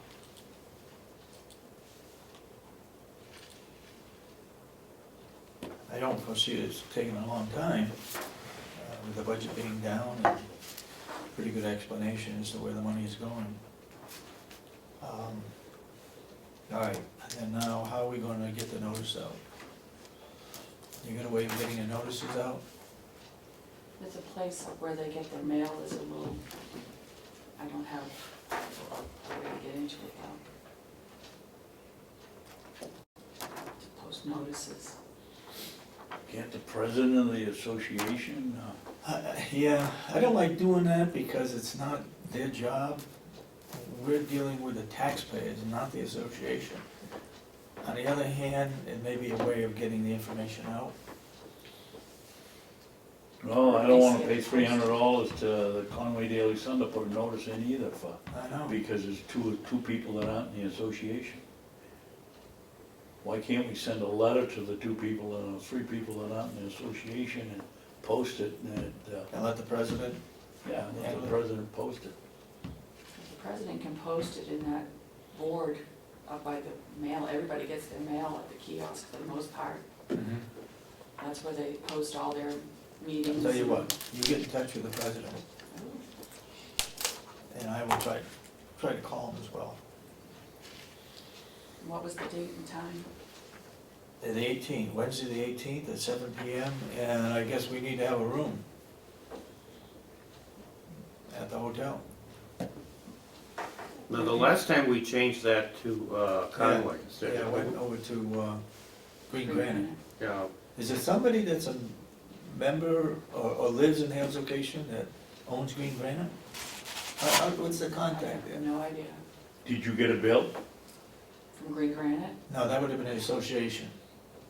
The association would have got a bill. That's right, wouldn't it have come to Kathy? No. I'll leave, well. I suppose we can leave it up to the president of the association. Well, I think we ought to put a notification in the mail to the 3 people that are 2 people residents that aren't in That are the not association. You know who those, they live up on that dirt road. The Green or Link?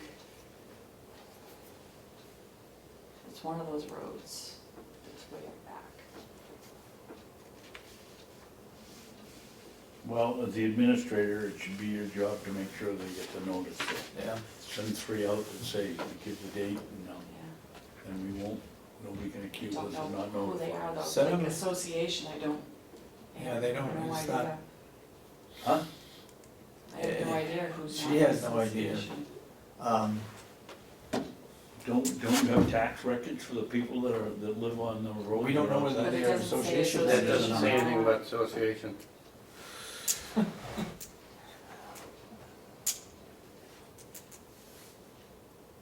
Well, when you call the president, ask him who those three members are, and send him a postcard. Yeah. And keep their addresses on file so you Yeah. can continue to do it that way, if you could. Okay, are we done? And then Yeah. Hills? we're gonna let, the president determine Notify. where. Yeah, Well, we have to put it up here. what's that? We have to hang it up here. It's gotta be in two. We For put it on the selectmen? website. For selectmen? Well, it's a public meeting. Somebody's gotta post We it. can We can put it here, we put it on our webpage and they can, and take the notification and I think we're covered. So he's gonna decide the The location. location. The location is something, oh, I'm sorry, David, I thought you were talking about notification. Location, we gotta find out where we can go. I would think the hotel, out of their kindness of their heart, might let us have a room for a couple hours. I would think so, at What 7 about o'clock, inviting them here? What about inviting them, to come well, here. remember you had a meeting over at the nursing home? That went very Well, well. that's true, we did. And that went very well, and you had quite a bit of attendance. We did have it, and that was during the day. That was during the day. Now, That's wait the other till- thing, a lot of them are still in Florida. Wait till Denny comes back. I feel it's my obligation to go up there and do it, not to have them all drive down here. We're just squawking about three of us having to take a car to Concord. Why don't we, we can go up there. Just, Well, that would be if I were voting, that's how I'd vote.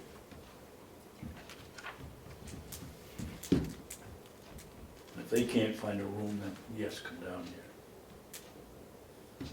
we did have good attendance, I don't remember when that was done, was it done right around now? 2000. Was it done right around this time? Over the nursing home? Yes, that's when we were discussing the roads. We put it into the budget. Yeah, that's right, Boy, I'm drawing a blank on that. We had it It was over here? Dorothy. yeah, we did. Huh? It was Dorothy, Well, then it was 2 years ago. yes. It wasn't last year. No, not last year. I feel better now. Well, we had to put it in the budget 2 years ago to do it last year, right? We did it 2 years ago. We did it 2 years ago. Yeah, because it was out of the budget last year. Dennis, the 2014. discussion is right now is where we hold this meeting. They came down here a couple of years ago and had a pretty good attendance during the day. During the day. I'm opposed to asking them to come down here. I think it's our obligation to go up there if we can find a room.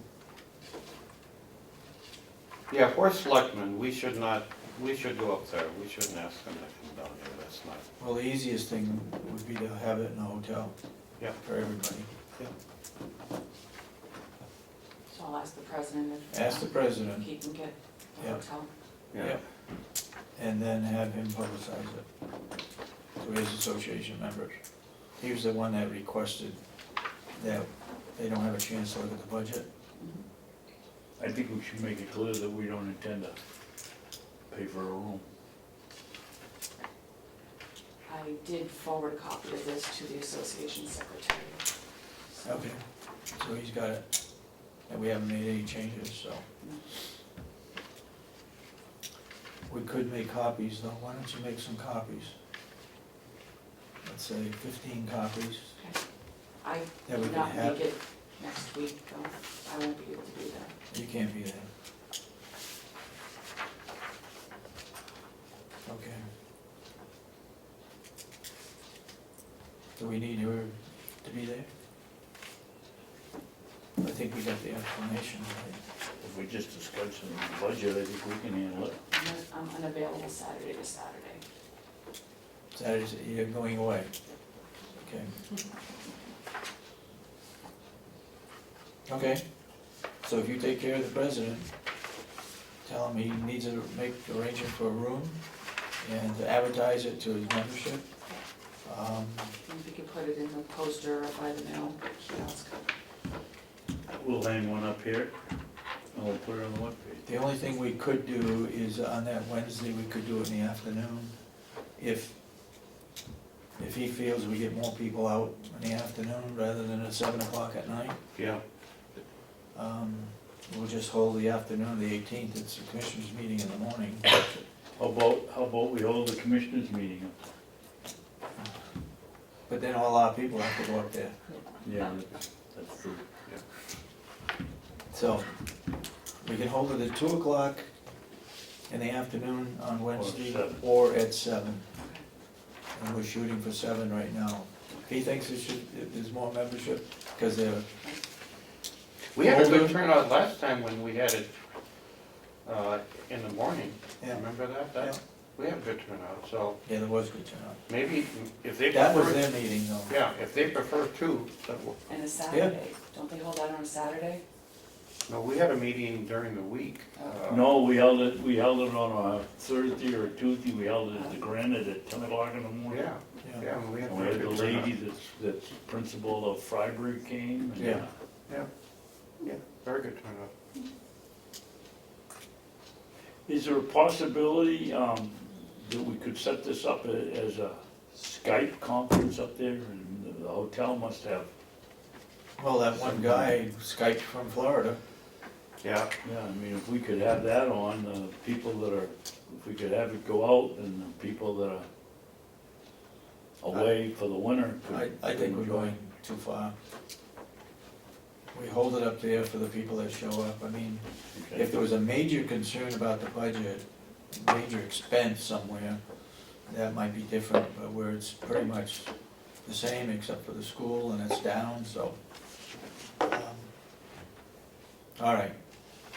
You gonna draft up a letter to go to the SAU 9 Okay, yes. that would cancel our contract for Hill's location 3 years down the road? Or is it, I mean, it expires in 3 years, is that, No. We have to give them We have to- 3 years warning. okay, so Yeah. it's ongoing until Before June, we have to notify them before June 30th, 3 years prior. and within 3 years, we're out.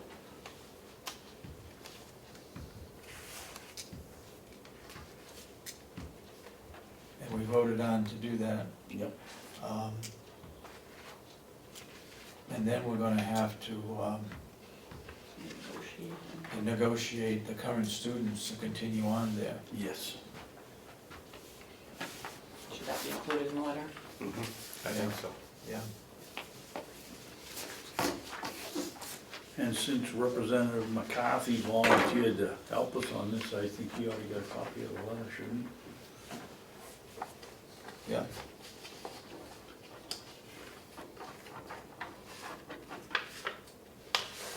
Okay, we got anything else we need to talk about Hale's location budget? Not here. What's that? All set? Yep. Okay, Kathy, thank you. Thanks, Kenny. You're gonna continue on, we need a, did we sign the contract with you already, right? Contract, stuck with me. Is that an annual? Yes. Okay, thank you. Thank you. Thank you very much, Ken. Welcome.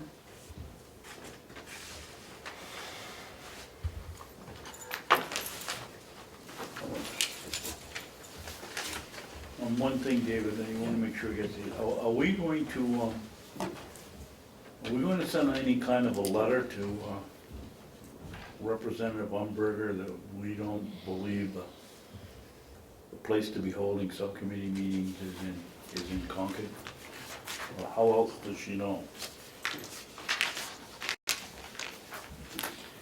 You wanna draft up a letter and we could, all three of us sign it and send it to her? Would you like? We me to do give this have- to the- I don't care. There are several It's like representatives, you got a copy of it? Pooped in his Let me read it, and you guys. Well, who's it for, too? To Representative McConkey and his multi-department subcommittee members. Okay.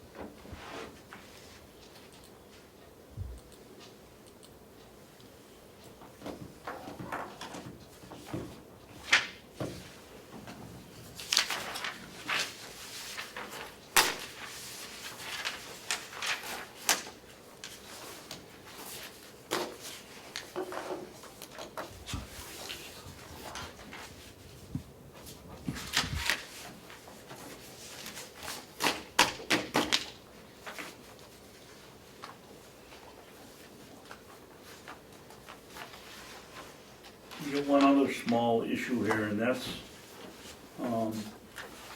large medical bill for the jail for the first quarter that we ought to be using for support when we ask for the one-time charge over $5,000. This is 6,500.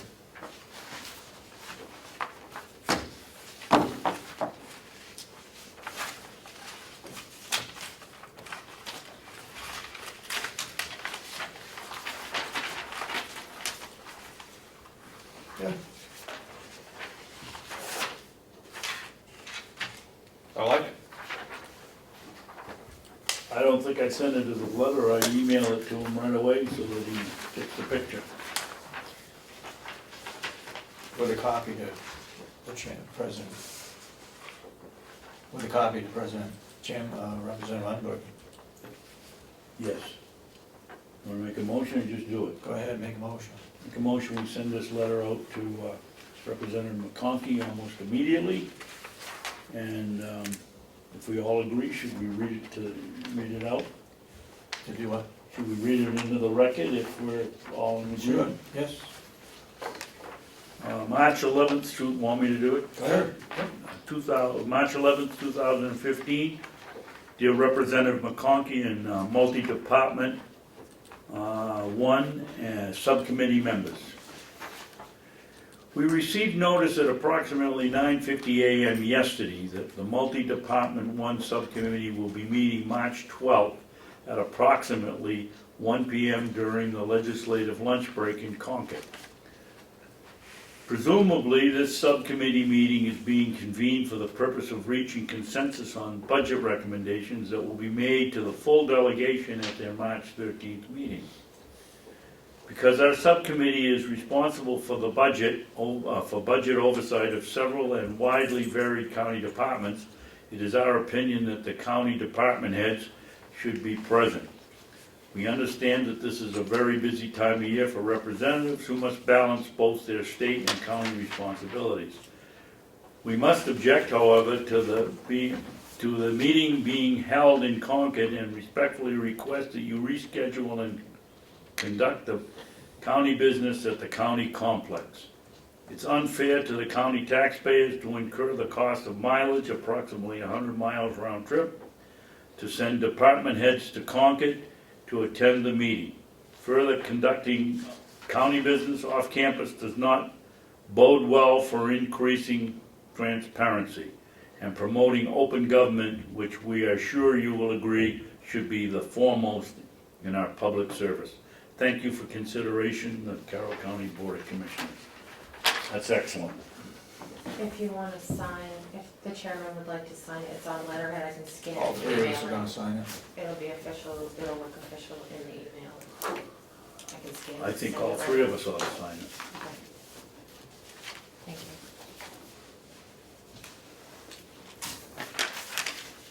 And I don't, I also don't think we should, this option leaves him to meet again at another 8 o'clock in the morning meeting on, There's already a committee meeting on Friday morning. who's that? Nelson, I believe, the nursing home. The nursing home at 8:40. At 8:40 and they're meeting at 9 or 9. meeting at 10? Well, as 9. Ed Butler said, it's just to take a quick look. I guess it's a quick look.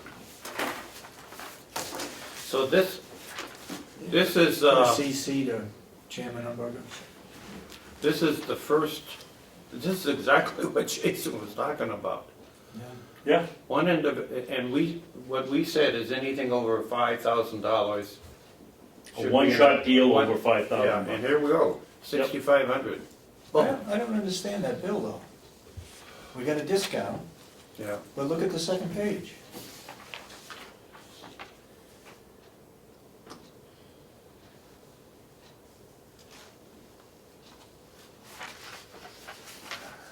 What did you see that I didn't see, Dave? The figures don't add up, I don't think.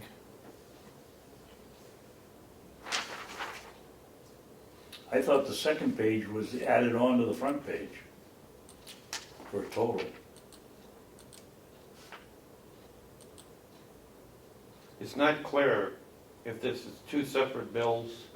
I think that's what he said yesterday, and he said that that bill, the amount on that bill gets added on. That's a smaller one for $200 or $300, isn't it? Yeah, I think 175. that gets, I think he said that gets added on to the bill on the front. No, but see, there's two different bills here. Do you see this one? This says 170 discounted.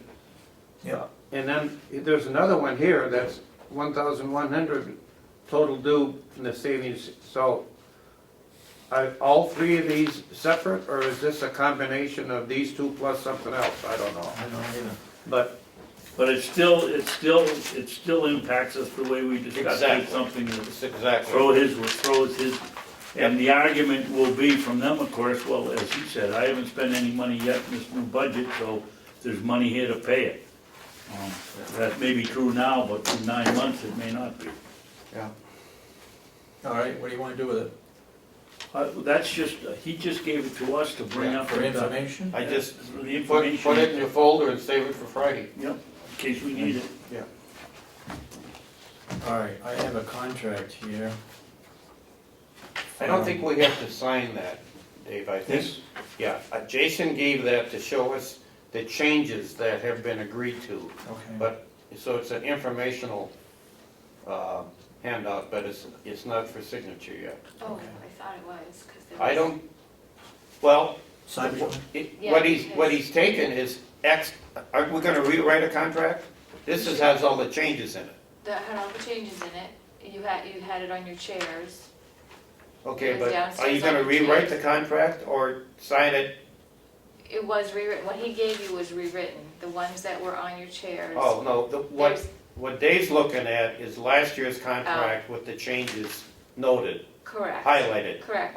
We don't have the new contract And here. there was a new contract on your chair with one had a tab on it that said for signatures. Oh, I don't think we brought that up, unless you have it.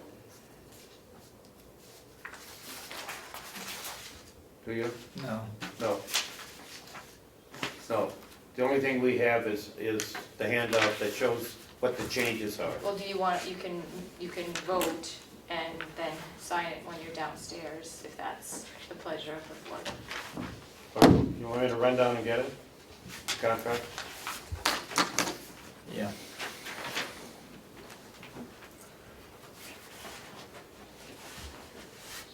It's on Dave's desk? Well, each of you got a copy Okay. of the change one, so you can grab any one. That one was with the tab on it.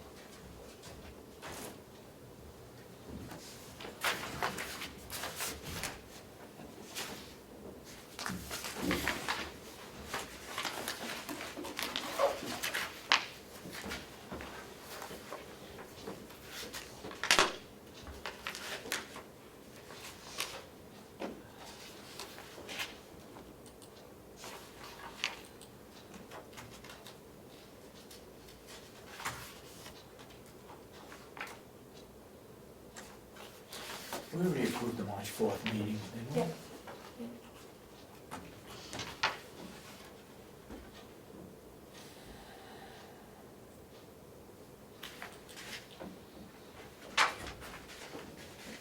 Well, I get to see it somewhere, I just saw it.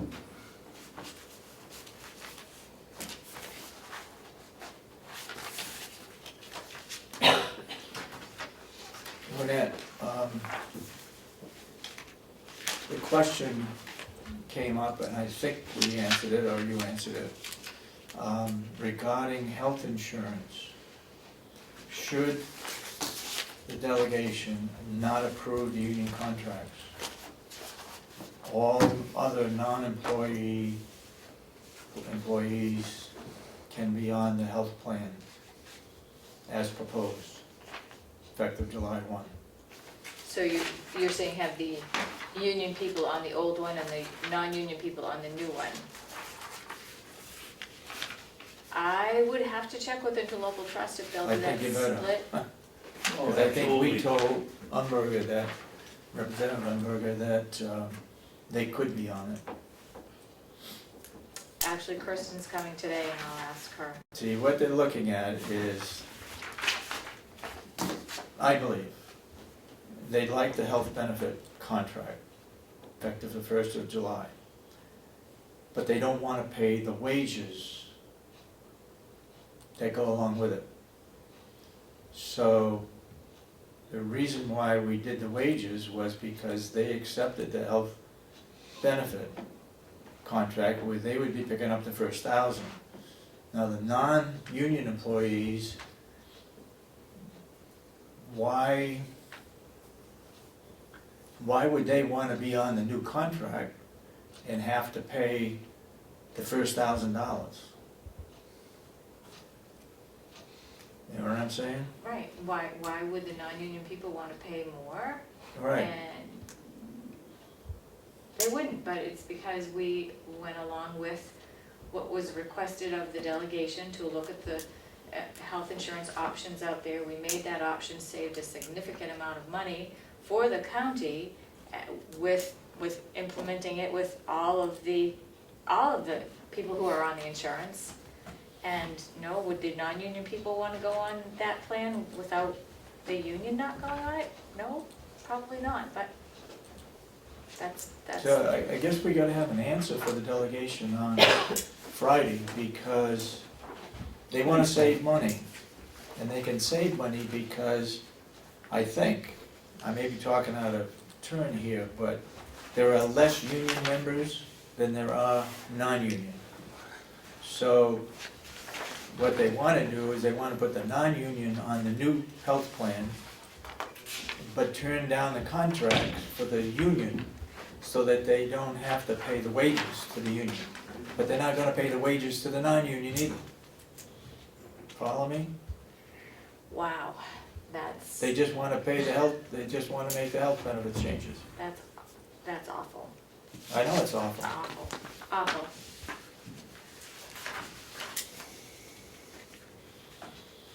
With no wage increase, Is what? so with no wage increase either, No?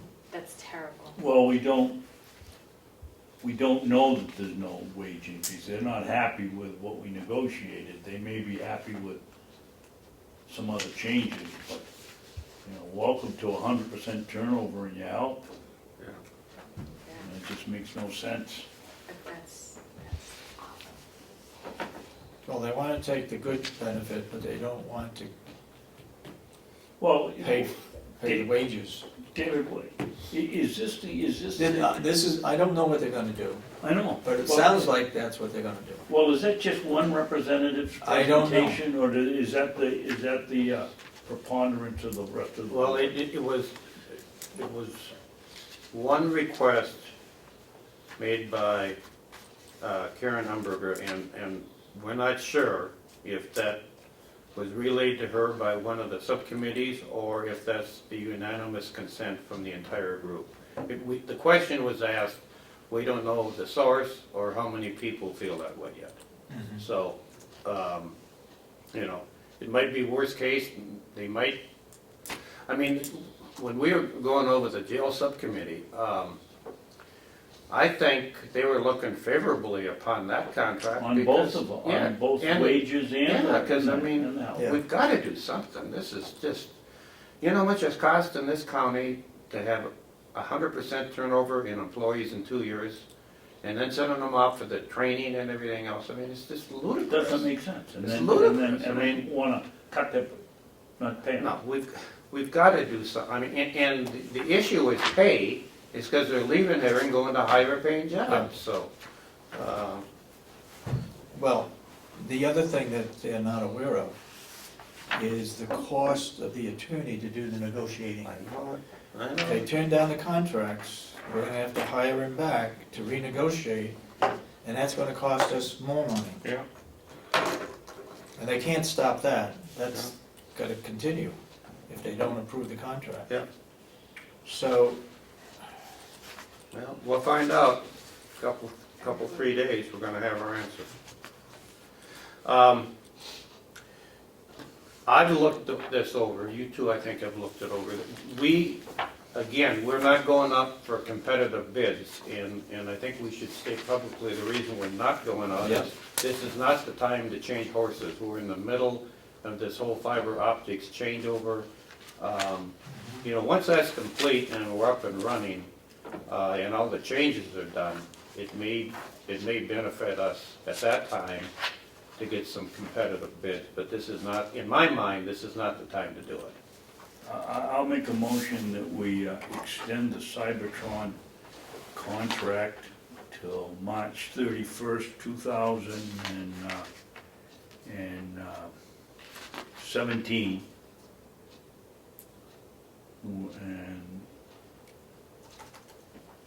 And this contract, again, it's no increase. Right. It's a No, flat it's price. same price. Same price, there's no increase. And like I said, we're in the middle. The delegation, I'm convinced, is gonna approve that fiber optics investment. And, I mean, it'd be ludicrous for us to, Well, let me retract my motion then, or let's talk about the motion before we start. Maybe the motion would be, we accept the Cybertron contract through March 31st of 2017, provided the delegation approves the fiber optic project. Because if they don't, you know, the main reason that we need John on an ongoing basis is he's the one that knows the systems. And and he's if gonna there's be, no tying into the fiber optics, then perhaps we should be going out for bid. Yeah, I would disagree with that. Okay, I don't think we ought to put it depending on fiber optics, okay. because he's doing the job now and we don't have fiber optics. I assume he's gonna continue on changing over old equipment and doing what he's been doing in the past. Fiber optics is something in addition to it. Well, I'll make a motion then that we accept the Cybertron contract, or extend the Cybertron contract through March 31st of 2017. I Okay. second that Second motion. it? Any further? Can I just have a point of order? Yeah. Do you, what is your opinion? Do you first need to take a vote to waive the bidding process? Yeah, and then, And then take the vote and on the the reason for contract? waiving it, yeah, and then let's do it Okay, that well, way. I'll make a motion that Okay. we waive the bidding process on our Carroll County IT contract. I second that All right. motion. And the reasons for that, we need to state. Again, John Rich is the one that has designed the whole implementation of the fiber optics and knows intricately, in detail, everything that has to happen throughout the campus to make this conversion. And we've got about 2 years to finish it. By the time this contract is over, the hookup should be done. Yep. This is not the time to bring somebody else in and start all over and have to get up to speed where he is currently. We should finish this, get it all hooked up, and then 2 years from now, we can make a decision if we should go out for bids, but we can't change right now. It would make no business sense to Yeah, it doesn't make change right now. any sense at all. And the second is that the IT committee recommended to us to go for the 2-year contract. Yep. Yep. Okay, Would you like a roll call vote for this? yes, Yes. Commissioner Miller? Yes. Commissioner Sorensen? yes, Commissioner Babson? Yes. okay, that waives it. Now my motion that we extend the Cybertron contract through March 31st, 2017. I second And it's that. seconded. Any further discussion on that? For the same Well, reasons we went to the waiver. at the same annual contracted price. Yes. Okay. All those in support of the motion say aye. Aye. Aye. Then so voted.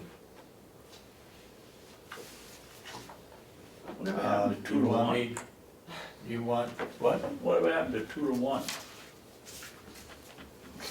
That was in the old, That's the old regime. regime. So, in approving that, you authorized me to sign the contract. Yes. Absolutely. Okay.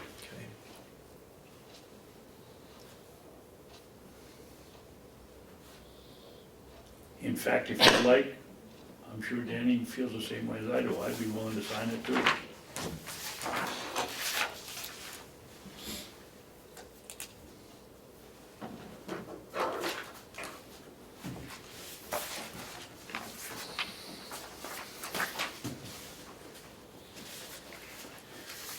doctor at one time in your life? No. I know it's. So you write like one. I know. You can probably read his writing though. It's smart. As the clerk. Right.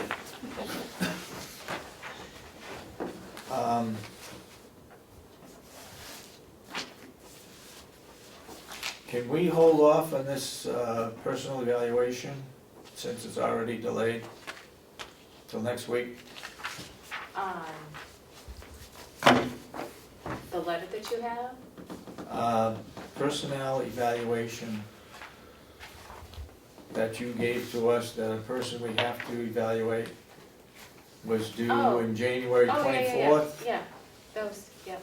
All right, let's hold that off until Yeah. next week. Oh, yeah, that's fine.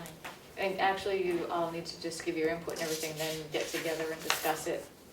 Yeah, we're gonna that's do fine. one evaluation, but the three of us. Yep. And we'll do it in non-public next week, okay? You're not gonna be, yeah, you're gonna be here. I'm coming back Monday, Tuesday, Wednesday, or Thursday of next week sometime. Okay, I do think we ought to get this other item squared away, and I think we need to go into non-public. Is there any, What item is that? this in regards to Melissa's contract, Oh, is there anything else for public input to be brought up? John, do you have anything? No. You're gonna stay can I play around? the devil's advocate, David? Yes, Why do you feel we need to go into non-public? because it's a contract. Well, no, And it's personnel, and it has to it's- do with compensation and, It's regard to compensation under RSA 91A32A. Okay,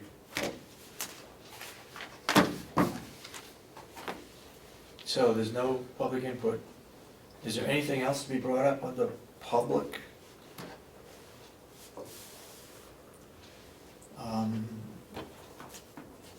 We don't have to bring this up, no? okay? I have gotten the bills, I gave them to you, the total bill We'll do that for Friday. Peter Malia for Friday, for the delegation. And it amounts to roughly $6,000, right? Okay, yes. Close to $6,000. So that's all taken care of, and that will be brought up on Friday. That's our cost on the 91A case, right? Okay. If that's all we have to do today, then I would make a motion that we go into non-public under RSA 91A32A to discuss compensation of public employee. Do I hear a second? Second. Okay. And a roll call? Commissioner Miller, Yes. Commissioner Sorensen, Yes. Commissioner Babson, No. Okay. I don't, you can, remember, you can always unseal the minutes. my answer is no. Well, we do now have a 2-to-1 vote. That's right. Okay. About time we had one of those. so are you entering under duress again? Or are you excusing yourself? Stubbornness. No, I am coming to the That's more like meeting it. and I just voted no, that I think it should be open, but Okay, because last time the minutes reflected you entered in under duress, because that was the best word we could come up with. no. This is not under duress. All right, we're now in non-public.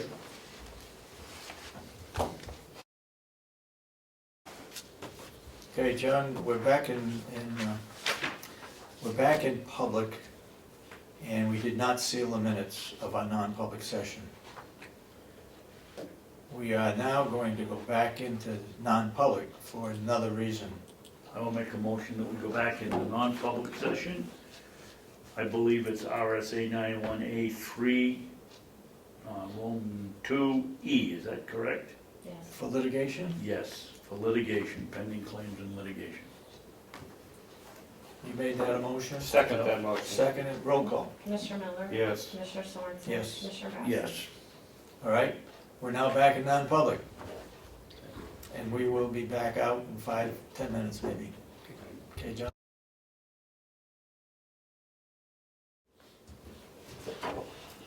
You ready, John? Good. I make a motion, we seal the minutes, and the reason will be to affect adversely the reputation of any person other than a member of this board. Second. Roll Commissioner call. Miller? Yes. Commissioner Sorensen? Yes. Commissioner Babson? Yes, All right, I'll make a motion, we adjourn. Second. all those in support of the motion say aye. Aye. So voted. Right. I'll get that letter, Melissa, before you go today.